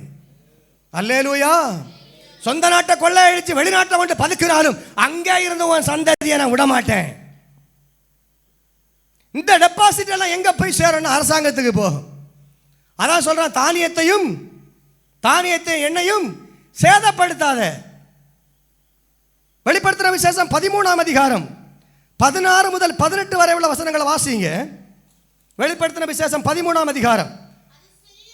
அதில் சிறியோர் பெரியோர், ஐஸ்வர்யவான்கள், தரித்திரர், சுயாதீனர், அடிமைகள், இவர்கள் யாவரும் தங்கள் வலது கைகளிலாவது நெற்றிகளிலாவது ஒரு முத்திரையை பெரும்படிக்கும் அந்த மிருகத்தின் முத்திரையாவது அது நாமத்தையாவது அது நாமத்தின் லக்கத்தையாவது தரித்துக் கொள்ளுகிறோம் தவிர வேறொருவனும் கொல்லவும் விற்கவும் கூடாதபடிக்கும் செய்தது. இதிலே ஞானம் விளங்கும். அந்த மிருகத்தின் லக்கத்தை புத்தியுடவன் கணக்கு பார்க்க கடவன். அது மனுஷனுடைய இலக்கமாக இருக்கிறது. அதனுடைய இலக்கம் 666. அல்லேலூயா. 6ஆம் நாளில் தான் ஆண்டவர் மனுஷனை படைச்சார். அதான் அது மனிதனுடைய இலக்கம். டபிள்யூடைய இலக்கம் என்னது? நியூமராலஜியில் 6. வெப்சைட்டை ஓப்பன் பண்ணால் www.com போட்டால் தான் ஓப்பன் ஆகும் இல்லையா? இப்போ எல்லாம் அட்வான்ஸ் ஒன்றுமே டைப் பண்ணாண்டா அப்படியே ஓப்பன் ஆகிடும் நிறைய. அந்த அளவுக்கெல்லாம் இப்போ சிஸ்டம் வந்துருச்சு. ஆனால் இங்கே என்ன செய்யணும்? அந்த நாட்களில் பெரியோர் சிறியோர் ஐஸ்வர்யவான், தரித்திரர், சுவாதீனர், அடிமை எல்லாரும் தங்கள் நெற்றிகளிலாவது வலது கைகளிலாவது ஒரு முத்திரையை பெறும்படிக்கு செய்தது. இப்போ என்ன வந்துட்டு? ஆர்டிஃபிஷியல் இன்டெலிஜென்ட் இல்லையா? ஒரு காலத்தில் ரோபோ மனுஷன் இருந்தான். இப்போ வந்து ஆர்டிஃபிஷியல் இன்டெலிஜென்ட் வந்துருச்சு. ஆர்டிஃபிஷியல் இன்டெலிஜென்ட் வந்ததோட ஒரு புரட்சி என்னன்னு சொன்னால், ஜப்பானில் நிறைய பேர் கல்யாணம் பண்ணுறதில்ல, சிங்கப்பூரில் நிறைய பேர் குழந்தை பெறுகிறது இல்லை. ஆர்டிஃபிஷியல் இன்டெலிஜென்ட்ல அவன் விரும்பின மாதிரி ஒரு பெண் பொம்மையை செஞ்சு அதோடு கூட குடும்பம் நடத்துகிறான். இப்போ மனுஷன் மிருகத்தோடு கூட குடும்பம் நடத்த ஆரம்பிச்சாச்சு. கொஞ்ச நாள் போனால் பிள்ளை பெறுகிறதுக்கு பெண்கள் தேவையில்லை. அதற்கான லேபுகள் எல்லாம் இருக்கு, செயற்கை கற்பப்பைகள் இருக்கிறது. இனி உள்ள காலத்தில் விரும்புகிற காரியங்கள் எல்லாம் செய்யக்கூடிய அளவுக்கு விஞ்ஞானம் வளர்ந்து விட்டது. இதெல்லாம் வளரணும். வளர்ந்தாதான் வேதம் உண்மையானது என்று உலகத்துக்கு தெரியும். வேதத்தில் சொல்லப்பட்ட சத்தியங்கள் எல்லாம் உண்மையானவங்கள் என்று உலகத்துக்கு தெரியும். அதுக்கு தான் கர்த்தர் அந்த ஞானங்களை இந்த விஞ்ஞானிகளுக்கு ஆண்டவர் கொடுக்கிறார். வேதம் ஒன்று சொல்லும் போது அதை சயின்ஸ் இல்லைன்னு சொல்லும் முதல்ல, அதுக்கப்புறம் கண்டுபிடிச்சிட்டு அது உண்மைன்னு சொல்லும். சயின்ஸ் நமக்கு ரொம்ப சப்போர்ட்டாக இருக்கு. எதுக்கு? ஆண்டவருடைய வசனத்தை உண்மை என்று சொல்வதற்கு. நட்சத்திரத்து மேலவே கூட கட்டணும்னு சொன்னா ராக்கெட் விடுறதுக்கு யார் வேணும்? விஞ்ஞானிகள் வேணும். விஞ்ஞானி ராக்கெட்டை உண்டாக்கணும், அவன் அங்க போகணும், செவ்வாய் கிரகத்துக்கு போகணும், ஆராய்ச்சி பண்ணணும், அங்க வீடு கட்டணும், வீடு கட்ட அஸ்திபாரம் போடணும், அங்க 4 பேர் குடி போகணும், அங்க இருந்து அவன் கீழே விழணும். அல்லேலூயா. இதெல்லாம் நடத்துகிற மனிதர் வேணுமா வேண்டாமா? வேணும் இல்ல? நாசாவில் ஒரு அம்மா போய் உட்காந்துட்டு 8 மாசமா வர முடியல. எலான் மஸ்க் 1.5 நாளில் கொண்டு வந்துட்டார் வெளியில. ஆமேன். இருக்குது இல்ல? நான் பொய் சொல்லல, பார்த்துட்டானே இருந்தோம். 8 மாசமா முழு உலகத்தின் அரசாங்கத்தால் செய்ய முடியாத தனி மனிதனாகிய ஒரு எலான் மஸ்க் செய்ய முடியும் என்றால் என் தேவனால் கூடாத காரியம் ஒன்றுமில்லை. இதெல்லாம் நடக்காதா? நடக்கும். கொரோனா வந்தபோது 15 நாள் முழு உலகம் ஸ்தம்பித்து கிடந்தது. ஒரு நாட்டிலேருந்து இன்னொரு நாட்டுக்கு யாரும் போக முடியல. எல்லாரையும் மானிட்டர் பண்ணாங்க. நடந்ததா நடக்கலையா? மளிகை கடைக்கு போனா கூட டெம்பரேச்சர் செக் பண்ணாங்க. சூப்பர் மார்க்கெட் போனா வேக்சின் போட்ட கார்டு காட்டணும். எங்க மொபைலில் எப்போதுமே அப்டேட்ல இருக்கணும், எப்போதுமே கிரீன் சிக்னல் இருக்கணும். நாங்கள் இருக்கிற லொக்கேஷன் அரசாங்கத்துக்கு தெரியணும். நாங்கள் போகிற இடங்கள்லாம் கண்காணிக்கப்பட்டோம். விமானத்தில் ஏறணும்னா நாங்கள் அதுக்கு முன்னாடி டெஸ்ட் எடுக்கணும், இந்த ரிப்போர்ட் எல்லாம் கொடுக்கணும், எங்கள் ரத்த பரிசோதனை செய்து எங்களுக்கு அந்த நோய் இல்லைன்னு அறியணும். அதுக்கு பிறகுதான் நாங்கள் வர முடியும். அல்லேலூயா. எவ்வளவு நெருக்கடிகள்! யாருங்க அதிகாரம் கொடுத்தது? இந்த மளிகை கடைக்கு போகும்போது கூட டெம்பரேச்சர் செக் பண்ண சொன்னாங்களே, யார் சொன்னாங்க? மளிகை கடைக்காரனுக்கு யாருங்க சொன்னது?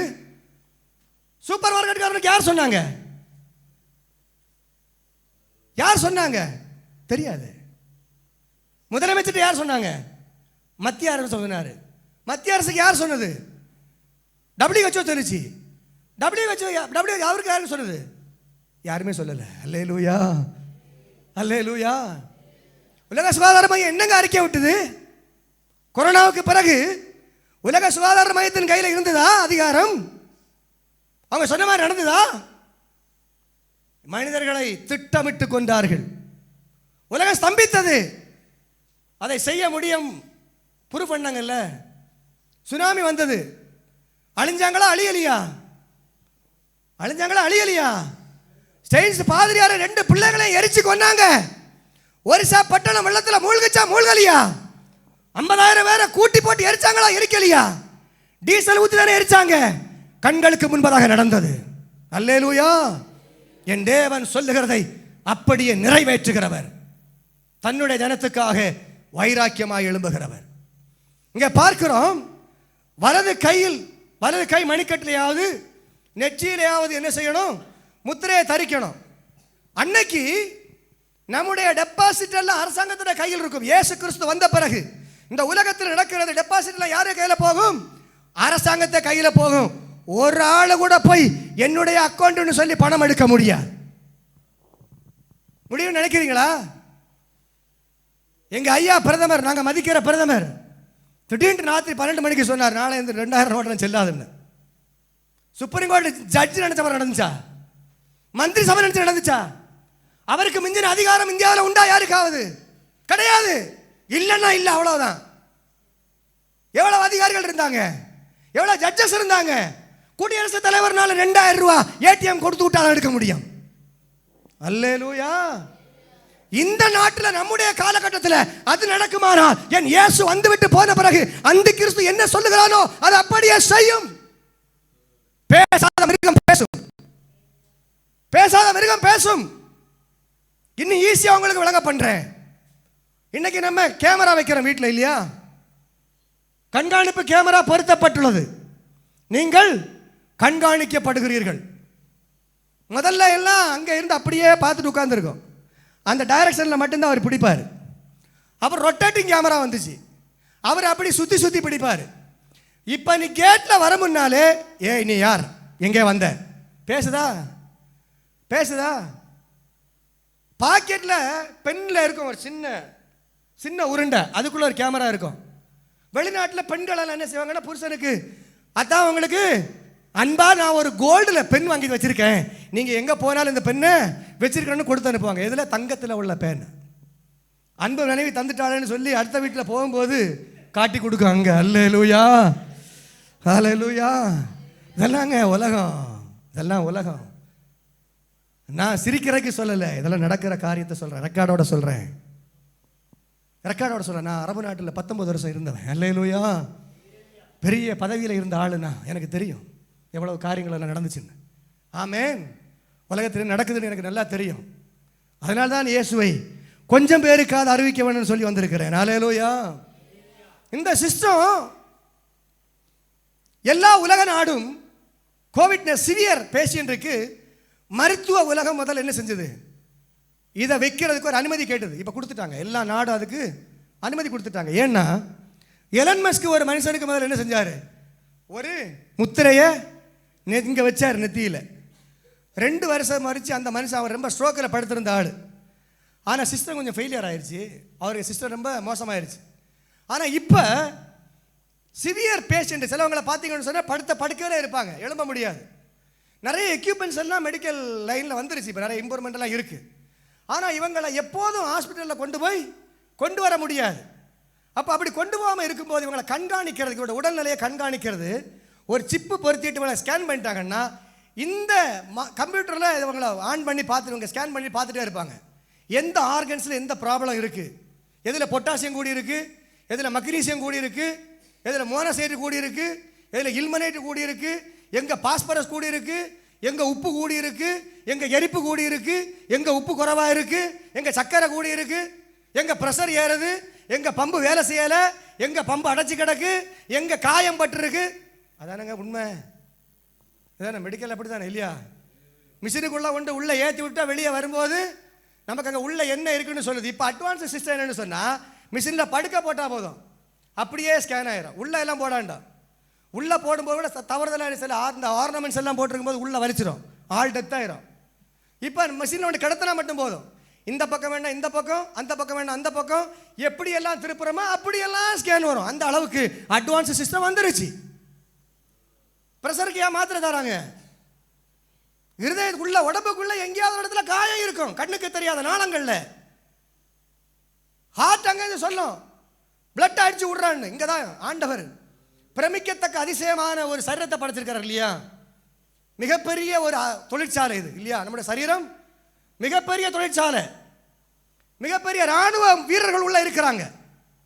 நீங்க எத்தனை கிலோ உள்ள போட்டாலும் அடிச்சு பிரிச்சு மேய்ஞ்சிருவாங்க 1/2 மணி நேரத்தில். அல்லேலூயா. என்ன உள்ள அள்ளி போட்டாலும் 1/2 மணி நேரத்தில் பிரிச்சிருவானுங்க. எலும்பு தனியா, சதை தனியா, சக்கை தனியா, எல்லாத்தையும் பிரிச்சு என்னென்ன மினரல்ஸ் வேணுமோ அதை ஒரு குரூப் பிரிச்சு எடுத்துட்டு போகும்.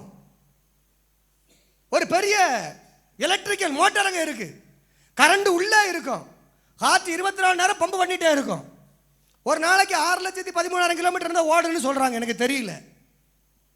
நரம்பு மண்டலம் மயிர் அளவு அதை காட்டிலும் சின்ன நரம்பு மண்டலங்கள் இருக்கு. அதான் தாவீது சொல்றான், பிரமிக்கத்தக்க அதிசயமாய் உண்டாக்கப்பட்டபடியினார். ஹார்ட் எப்போ பார்த்தாலும் அடிச்சு பம்பு அடிச்சுக்கிட்டே இருக்கும். பம்பு அடிச்சுக்கிட்டே இருக்கும்போது ரெகுலராக போகிற இடத்துல ஒரு ஓட்டை கிடக்கும். அப்போ இதையும் சொல்லும், ரத்தத்திட்டா டேய் அங்கே மட்டும் அடித்து ரத்தத்தை முதல்ல அந்த இடத்த குணப்படுத்துங்கன்னு சொல்லி என்ன செய்யும், ப்ரெஷர் எல்லாத்தையும் அங்கே கொண்டு கொடுக்கும். இப்போ பிபி நமக்கு ஏறும். அல்லேலூயா. எங்கேயோ ஒரு இடத்துல சரீரத்தில் பிபி ஏறும். இப்போ தான் டாக்டர் என்ன செய்வார், ஒரு மாத்திரையை கொடுத்து, டே இதயமே நான் சொல்லுகிற மாதிரி மட்டும்தான் நீ அடிக்கணும். 120/80ன்னு சொன்னால் நீ 120/80க்கு தான் அடிக்கணும். அப்போ அதுக்கு ஏற்ற மாதிரி ஒரு மாத்திரையை தருவார். அந்த மாத்திரையை போட்டால் நமக்கு பிபி நார்மலாக வந்துடும். அல்லேலூயா. ஆனால் இருதயம் நினைக்கும் அந்த இடத்த குணப்படுத்த நினைக்கும்ல, அந்த வேலை நடக்காது. அல்லேலூயா. ஹீலிங் சிஸ்டம் வேலை செய்யாது, நம்ம அவரை கண்ட்ரோல் பண்ணிட்டோம். இதுதான் பிபி. ஆமென். அல்லேலூயா. இப்படி நான் பேசிட்டு போனால் வசனம் பேச முடியாது. ஆமென்.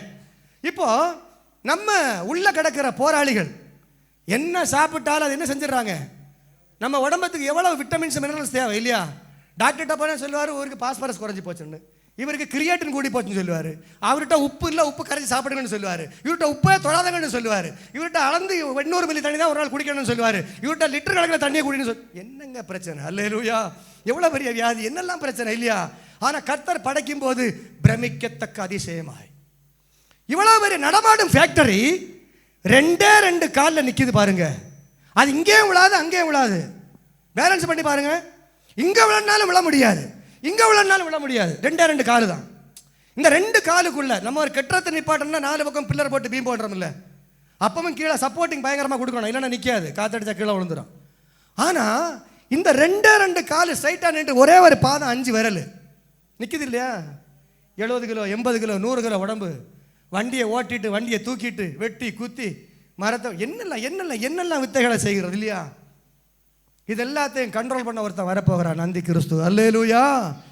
அப்போ வலது கை நெற்றியிலா, வலது நெற்றியிலாது என்னது வைக்கணும். இப்போ டாக்டர் அங்கேருந்து ஸ்கேன் பண்ணுறாக்காக முதல்ல பர்மிஷன் வாங்காரு. ஆதார் கார்டு உள்ள வரும்போது எப்படி வந்துச்சு, நமக்கு ஒரு தனி மனிதனின் அடையாளம் ஆதார். அதுக்கு முன்னே ரேஷன் கார்டு அடையாளமாக இருந்து, ஆதார் எல்லாம் வாங்கணும்னா ஆதார் தந்த அரசாங்கம் சொல்லுது ஆதார் தனி மனிதனின் அடையாளம் அல்ல. 15 வருஷத்துக்கு முன்ன என்ன சொன்னா, ஆதார் தனி மனிதனின் அடையாளம். 15 வருஷத்துக்கு பிறகு என்ன சொல்றான், ஆதார் தனி மனிதனுடைய அடையாளம் அல்ல. உன் குடி உரிமையை நிரூபிக்கணும்னு சொன்னா, நீ 60 வருஷத்துக்கு முன்ன 80 வருஷத்துக்கு முன்ன உங்க அப்பனுக்கு அப்பன் குடி இருந்தாங்கிற அந்த டாக்குமெண்ட்டை கொண்டு வா. எவன்கிட்ட டாக்குமெண்ட் இருக்கு, எவன்கிட்ட இருக்கு. கல்வியறிவு இல்லாத ஒரு நாட்டில் மிஷினரிகள் வந்து கல்வி அறிவையும் சுகாதாரத்தையும் கொடுத்து உங்களை முன்னேற்றி உருவாக்கி அறிவிப்பு இருக்கும் போது மனுஷன் பாருங்க, மனுஷன் அடிமைப்படுத்துகிற எடுத்துக்கிற உத்திகளை பாருங்க. மனுஷன் ரொம்ப மோசமானவங்க. அல்லேலூயா. என் தேவன் நல்லவர். ஆமென். அப்ப இந்த நெற்றியில இந்த முத்திரையை தரிக்காத என்ன செய்ய முடியாது, வாங்கவும் விற்கவும் முடியாது. அன்னைக்கு அடிமையானாலும் சுவாதீனாலும் ரேஷன் கடைக்கு போகணும். ஒரு காலத்தில் ரேஷன் கடையில் எல்லாரும் வீட்டில் யார் வேணாலும் கொண்டு வர ரேஷன் கிடைக்கும். இன்னைக்கு வீட்டில் உள்ள யாராவது ஒரு ஆள் பயோமெட்ரிக்கில் போய் என்ன செய்யணும், ஒன்று வைக்கணும். கழிஞ்ச மாதம் என்ன செஞ்சிட்டாங்க, நெருக்கிற அரிசி இதில் ஆட் ஆயிரும். அங்கே வெயிட் போட்டார்னா அது இந்த நம்ம பயோமெட்ரிக்கில் என்ன வந்து ஆட் ஆகும். 20 கிலோ அரிசி கொடுத்தாச்சுன்னு ரிப்போர்ட் இங்கே வந்த பிறகு தான் அவர் கார்டு எடுக்க முடியும். சிஸ்டம் வந்துருச்சு. ஆனால் வீட்டில் போய் நிறுத்தா 1.25 கிலோ குறையும். ஹல்லேலூயா. அது அவங்க சிஸ்டம். ஆமென். ஸ்தோத்திரம். இப்போ நம்ம எல்லாரும் எங்கே போனோம், பணக்காரனானால் எங்கே போனோம், சாப்பிடணும்னா எங்கே போனோம், அந்த கிறிஸ்துவின் ஆட்சியில் அவன் எங்கே ஆகாரம் கொடுக்குறானோ அங்கே போய் கையை ஸ்கேன் பண்ணணும். அங்கே போய் என்ன செய்யணும், கையை ஸ்கேன் பண்ணணும். அல்லேலூயா. அதனால அப்படி ஒரு காலம் வரப்போகிறது. அந்த காலத்துக்கு தப்பும்படி தான் நான் பிரசங்கம் பண்ணுறேன். அல்லேலூயா. அப்போ யார் போனோம், வீட்டில் வேலைக்காரன் அவனுக்கு ஆகாரத்துக்கு அவன் தான் போனோம். டெபாசிட் எல்லாம் யாருக்குள்ளது, அரசாங்கத்துக்குள்ளது. இன்னைக்கு ஒரு செய்தி வாசித்தேன், இந்தியாவில் மட்டும் 25,000 டன் தங்கம் இருக்குன்னு சொன்னாங்க. தமிழ்நாட்டில் 6,800 டன் தங்கம் இருக்கான். அதில் தென் தமிழகத்தில் தானே 5,000 டன்னுக்கு மேலே இருக்கு. அப்படின்னா முக்கால் இந்த கன்னியாகுமரி திருநெல்வேலி தான் இருக்குன்னு நினைக்கிறேன். அல்லேலூயா. இதெல்லாம் எங்கே போகும், அரசாங்கத்திட்ட போக போகுது. தேவ பிள்ளையே, உன் ஆத்மாவை ரட்சித்துக்கொள், காலம் சமீபமாக இருக்கிறது. இது அரசாங்கத்துடைய கணக்கு. எந்த கணக்கு, பேங்கில் அடவு வைக்க போறோம் இல்ல, அந்த வரவு செலவை எடுத்து பார்த்து சொல்றான், உத்தேசம் 25,000 டன்னு, தங்கம் தமிழ்நாட்டில் இருக்கு, இந்தியாவில் இருக்கு. அதில் 6700 6000 சத்தியம் டிவியில் அந்த நியூஸ் தான் நான் சொல்கிறேன். இன்னைக்கு தான் பார்த்தேன். அதை நம்மக்கிட்ட 5000 டன் இருக்குன்னு சொன்ன நம்ம எப்படிப்பட்ட ஆளுங்க? இப்போ ஒவ்வொருத்தன் வீட்டில் 200 பவுன் 300 பவுன் இருக்குன்னு சொல்கிறது உண்மை தானே இல்லையா? அது எப்போ வளரும்னா பொண்ணை கல்யாணம் பண்ணி கொடுக்கும்போது தான் வெளியே வரும். இப்போ எல்லாம் போடுறதில்ல, ரெடிமேடாக போட்டுட்டு அதுக்கு நிற்கும். சாயங்காலம் வீட்டில் போகும்போது, வீடு காண போகும்போது அந்த 100 பவுனையும் கொண்டு கொடுத்துருவாங்க. மாமியார் அதெல்லாம் பார்த்துட்டு சரியாக இருக்குமா, சரி பரவாயில்ல, 916 இருக்கான்னு பார்ப்பாங்க. அதையும் போய் அல்லேலூயா. இப்போ எல்லாம் 9 கேரட் தங்கம்லாம் வந்தாச்சு. பவுன் 30,000 தங்கம்லாம் வாங்கி போட ஆரம்பிச்சிட்டாங்க. 1 கிராம் ரோல்டு கோல்டெல்லாம் வந்தனால இப்போ எது தங்கம் எது அசல் எது போகிறேன் மனுஷனே கண்டுபிடிக்க முடியலை. பின்ன தங்கத்தையாக கண்டுபிடிக்க போகிறோம். அல்லேலூயா, அல்லேலூயா. இப்போ இந்த சிஸ்டம் வரும்பொழுது ஒருவனும் வாங்கவும் மிக்கவும் முடியாது. எரேமியா 4ஆம் அதிகாரம் 26 முதல் 28ஆம் வசனம் வரை வாசிக்கும் போது பூமி புலம்பும், பூமி புலம்பும். அடுத்த வசனத்தை வாசிக்கிறோம். வெளிப்படுத்துற விசேஷம் 6ஆம் அதிகாரம் 7ஆம் வசனம். அவர் 4ஆம் முத்திரையை உடைத்த போது 4ஆம் ஜீவனானது நீ வந்து பார் என்று சொல்ல கேட்டேன். நான் பார்த்தபோது இதோ மங்கின நிறமுடைய ஒரு குதிரையை கண்டேன். அதன் மேல் ஏறி இருந்தவனுக்கு மரணம் என்று பெயர். பாதாளம் அவன் பின்னே சென்றது. பட்டயத்தினாலும் பஞ்சத்தினாலும் சாவினாலும் பூமியின் துஷ்ட மிருகங்களினாலும் பூமியின் கார்பகில் உள்ளதை கொலை செய்யும்படியான அதிகாரம் அவைகளுக்கு கொடுக்கப்பட்டது. சகரியா 1ஆம் அதிகாரம் 8ஆம் வசனம், சகரியா 6ஆம் அதிகாரம் 2ஆம் வசனம். இந்த வசனங்கள் எல்லாம் பார்க்கும் பொழுது அந்த மங்கின குதிரையை குறித்து நான் வாசிக்க முடியும். அதன் மேல் ஏறி இருந்தவனுக்கு மரணம் என்று பெயர். அப்பொழுது பூமியிலே 4 பங்கு பேர் கொல்லப்படுவார்கள். கொலை செய்கிற அதிகாரம் அவனுக்கு கொடுக்கப்பட்டது. மங்கின குதிரை, வெளிச்சமில்லை, எங்கே பார்த்தாலும் மரண ஓலங்கள், எங்கே பார்த்தாலும் மரணத்தின் இருள்கள் அங்கே இருக்கும். துஷ்டமிருகங்கள் காட்டிலிருந்து உள்ளே வரும், அதுக்கு ஆகாரம் கிடையாது. பஞ்சத்தினால மனுஷன் சாவுவான். இப்போ ஒரு நாள் ஒரு நேரம் ஆக 400 கிராம் 500 கிராம் அரிசி சாப்பாடு தான் வேணும். ஒரு நாளைக்கு 2000 2400 கலோரி சாப்பிட்டாலே போதும். ஆனால் நம்ம 5000 8000 கலோரி கூட சாப்பிடுவோம். இன்னைக்கு இந்த பர்கர் வேணும், அந்த பர்கர் ஆர்டர் போட்டால் ஸ்விக்கிக்காரன் கொண்டு வர போகிறோம், அவ்வளோதானே. இப்போ எது நினைக்கிறோமோ அதை சாப்பிடுகிற அந்த சூழ்நிலை நமக்கு இருக்கு. பெருவயிற்று சோம்பேறிகளாக நிறைய பேர் சாப்பாடு தான் கதின்னு கிடக்கிறான். அவனுடைய முடிவு அழிவு.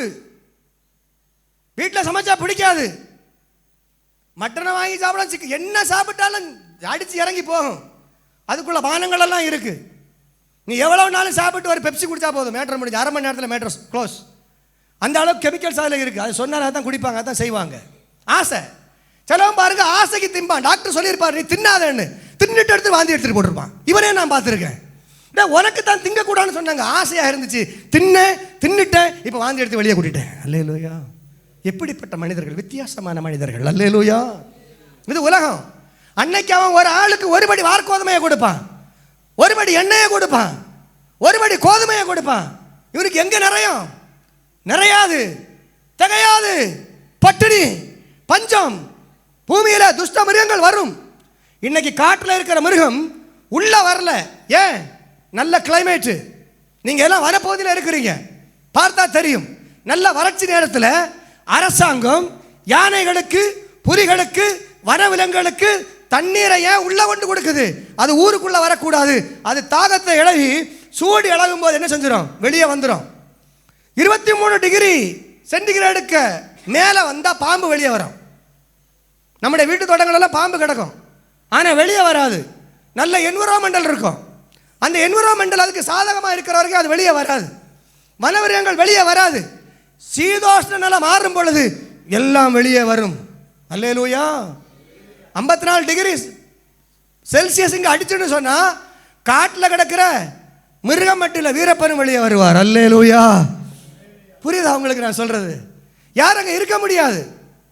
இப்போ நமக்கு நல்ல சீதோஷ்ண சூழ்நிலை இருக்கு. வீட்டில் ஏசியை வச்சுக்கிடலாம். அந்தி கிறிஸ்து நினைச்சா தானே வீட்டில் பவர் வரும். அல்லேலூயா. பவர் சிஸ்டத்தில் இருக்கிற விஞ்ஞானி பரலோகத்துக்கு போயிட்டாரு, எங்கேருந்து பவர் வரும்? இதெல்லாம் கட்டமைக்கப்படுறதுக்கு டைம் எடுக்கும். மெக்கானிக் வண்டி ரிப்பேர் ஆனால் மெக்கானிக் ஒர்க் ஷாப் இருக்காது, மெக்கானிக் தான் பரலோகம் போயிடுவார். டிராஃபிக் சிவப்பு அடித்தா சிவப்பு அடிச்சுட்டே நிற்கும். ஆப்ரேட் பண்ணது தாங்க ஆப்ரேட்டர் இருக்க மாட்டாரு, டிராபிக் போலீஸ் பரலோகத்துக்கு போயிடுவாரு. அல்லேலூயா, அல்லேலூயா. வண்டி வாங்க லோன் தரக்கு மேனேஜர் இருக்க மாட்டார், அவரும் பரலோகத்துக்கு போயிட்டாரு. சொத்தை விற்க போனா அங்க ரெஜிஸ்டர் இருக்க மாட்டார், பரலோகத்துக்கு போயிட்டாரு. அவரெல்லாம் எடுத்துக்கொள்ளப்பட்டாரு. புதிய ஆள் போட்டு வரக்கு டைம் எடுக்குமே. எங்க போய் மனுஷன் அபயம் தேடுவான்? எங்கேயுமே தேட முடியாது. பூமியில 4/4 பேர் கொல்லப்படுவார்கள். வெளிப்படுத்துற விசேஷம் 6ஆம் அதிகாரம் 9 முதல் 11 வரை உள்ள வசனங்களை வாசிங்க. அவர் 5ஆம் முத்திரையை உடைத்த போது தேவ வசனத்து நிமித்தமும் தாங்கள் கொடுத்த சாட்சி நிமித்தமும் கொல்லப்பட்டவருடைய ஆத்துமாக்களை பலிபீடத்தின் கீழ் கண்டேன். அவர்கள் பரிசுத்தமும் சத்தியமுள்ள ஆண்டவரே தேவரீர் பூமியின் மேல் குடியிருக்கிற இடத்தில் எங்கள் இரத்தத்தை குறித்து எதுவரைக்கும் நியாய தீர்ப்பு செய்யாமலும் பழி வாங்காமலும் இருப்பீர் என்று மகா சத்தமாய் கூப்பிட்டார்கள். அப்பொழுது அவர்கள் ஒவ்வொருவருக்கும் வெள்ளை அங்கிகள் கொடுக்கப்பட்டது. அன்றியும் அவர்கள் தங்களைப் போல கொலை செய்யப்பட போர்களாகிய தங்கள் உடன்படி பணிவிடைக்காரரும் தங்கள் சகோதரமானவர்களின் தொகை நிறைவாகும் அளவும் இன்னும் கொஞ்ச காலம் இளைப்பாற வேண்டும் என்றும் அவர்களுக்கு சொல்லப்பட்டது. இரத்த சாட்சிகளாய் 5ஆம் முத்திரையை உடைக்கும் பொழுது பரலோகத்தில் என்ன செய்ய? பலிபீடத்தின் கீழே உலகம் உண்டானது நாள் முதல் ஆண்டவருடைய சபை எடுத்துக்கொள்ளப்படுகிற வரை இரத்த சாட்சிகளாய் மரித்தவருடைய தொகையை அங்க பார்க்கிறாங்க. அவங்க எல்லாரும் அங்க நிக்கிறாங்க. ஆண்டவரே, நான் சுவிசேஷம் சொல்லதான் போனேன், என்ன வெட்டி கொண்டுட்டாங்க. நீங்க எப்ப எனக்கு நியாயம் செய்வீங்க? எப்ப எனக்கு நியாயம் செய்வீங்க? பலிபீடத்தின் கீழ் ஆத்துமாக்கள் எல்லாம் ஆண்டவரை பார்த்து சொல்லும் பொழுது ஆண்டவர் சொல்றார், இன்னும் கொஞ்சம் பேர் வர வேண்டி இருக்கிறப்பா.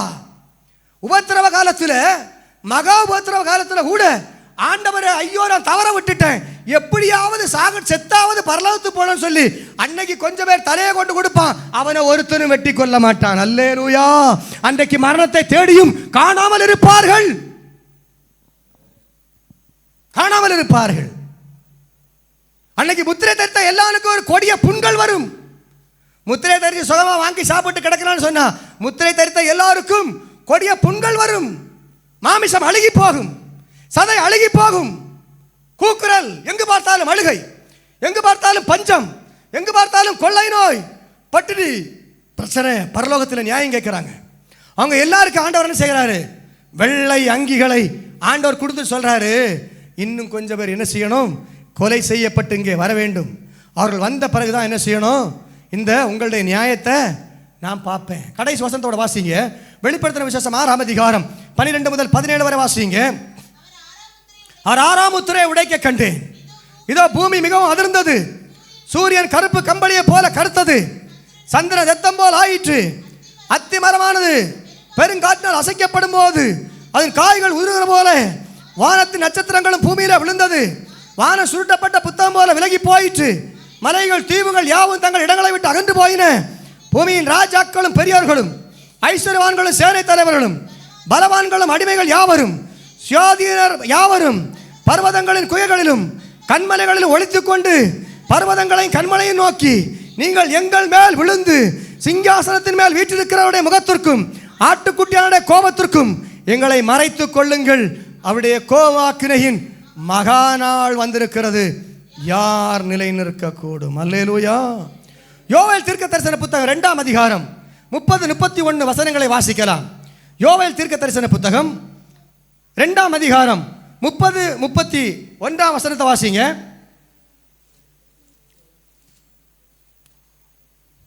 கர்த்தருடைய பெரிதும் பயங்கரமான நாள் வரும் முன்னே சூரியன் இருளாகவும் சந்திரன் இரத்தமாகவும் மாறும். அப்பொழுது கர்த்தருடைய நாமத்தை தொழுது கொள்கிறவன் எவனோ அவன் ரட்சிக்கப்படுவான். கர்த்தர் சொன்னபடி சீயோன் பர்வதத்திலும் எருசலேமிலும் கர்த்தர் வரவழைக்கு மீதியா இருப்பவரிடத்திலும் ரட்சிப்பு உண்டாயிருக்கும். அல்லேலூயா. அப்ப 6ஆம் முத்திரையை உடைக்கும் பொழுது இந்த காரியங்கள் எல்லாம் நடக்கும். ஆகாய் 2ஆம் அதிகாரம் 6ஆம் வசனம், மத்தேயு 24ஆம் அதிகாரம் 9ஆம் வசனம். 7ஆம் முத்திரை என்ன உடைக்கல, 6 முத்திரை தான் உடைச்சிருக்கு. அல்லேலூயா, அல்லேலூயா. அந்த கிறிஸ்து இந்த உலகத்தை ஆளுகை செய்ய வரப்போகிறார். எனக்கு அன்பான தேவ பிள்ளைகளே, இந்த நாள் உங்கள் கரங்களிலே கர்த்தர் தந்திருக்கிறார். அநேக காரியங்களை உங்களோடு பேச ஆண்டவர் உதவி செய்தார். ஆண்டவர் சொன்ன வானமும் பூமியும் ஒளிந்து போனாலும் என் வார்த்தைகள் ஒளிந்து போகாது. வார்த்தை மட்டும் இல்லை, வார்த்தையில் ஒரு உறுப்பாகிலும் புள்ளியாகிலும் வள்ளியாகிலும் ஒளிந்து போகாது. அல்லேலூயா. அதுக்கு வானமும் பூமியும் ஒளிந்து போனால் நலமாக இருக்குன்னு கர்த்தர் தான் சொல்றார். அல்லேலூயா.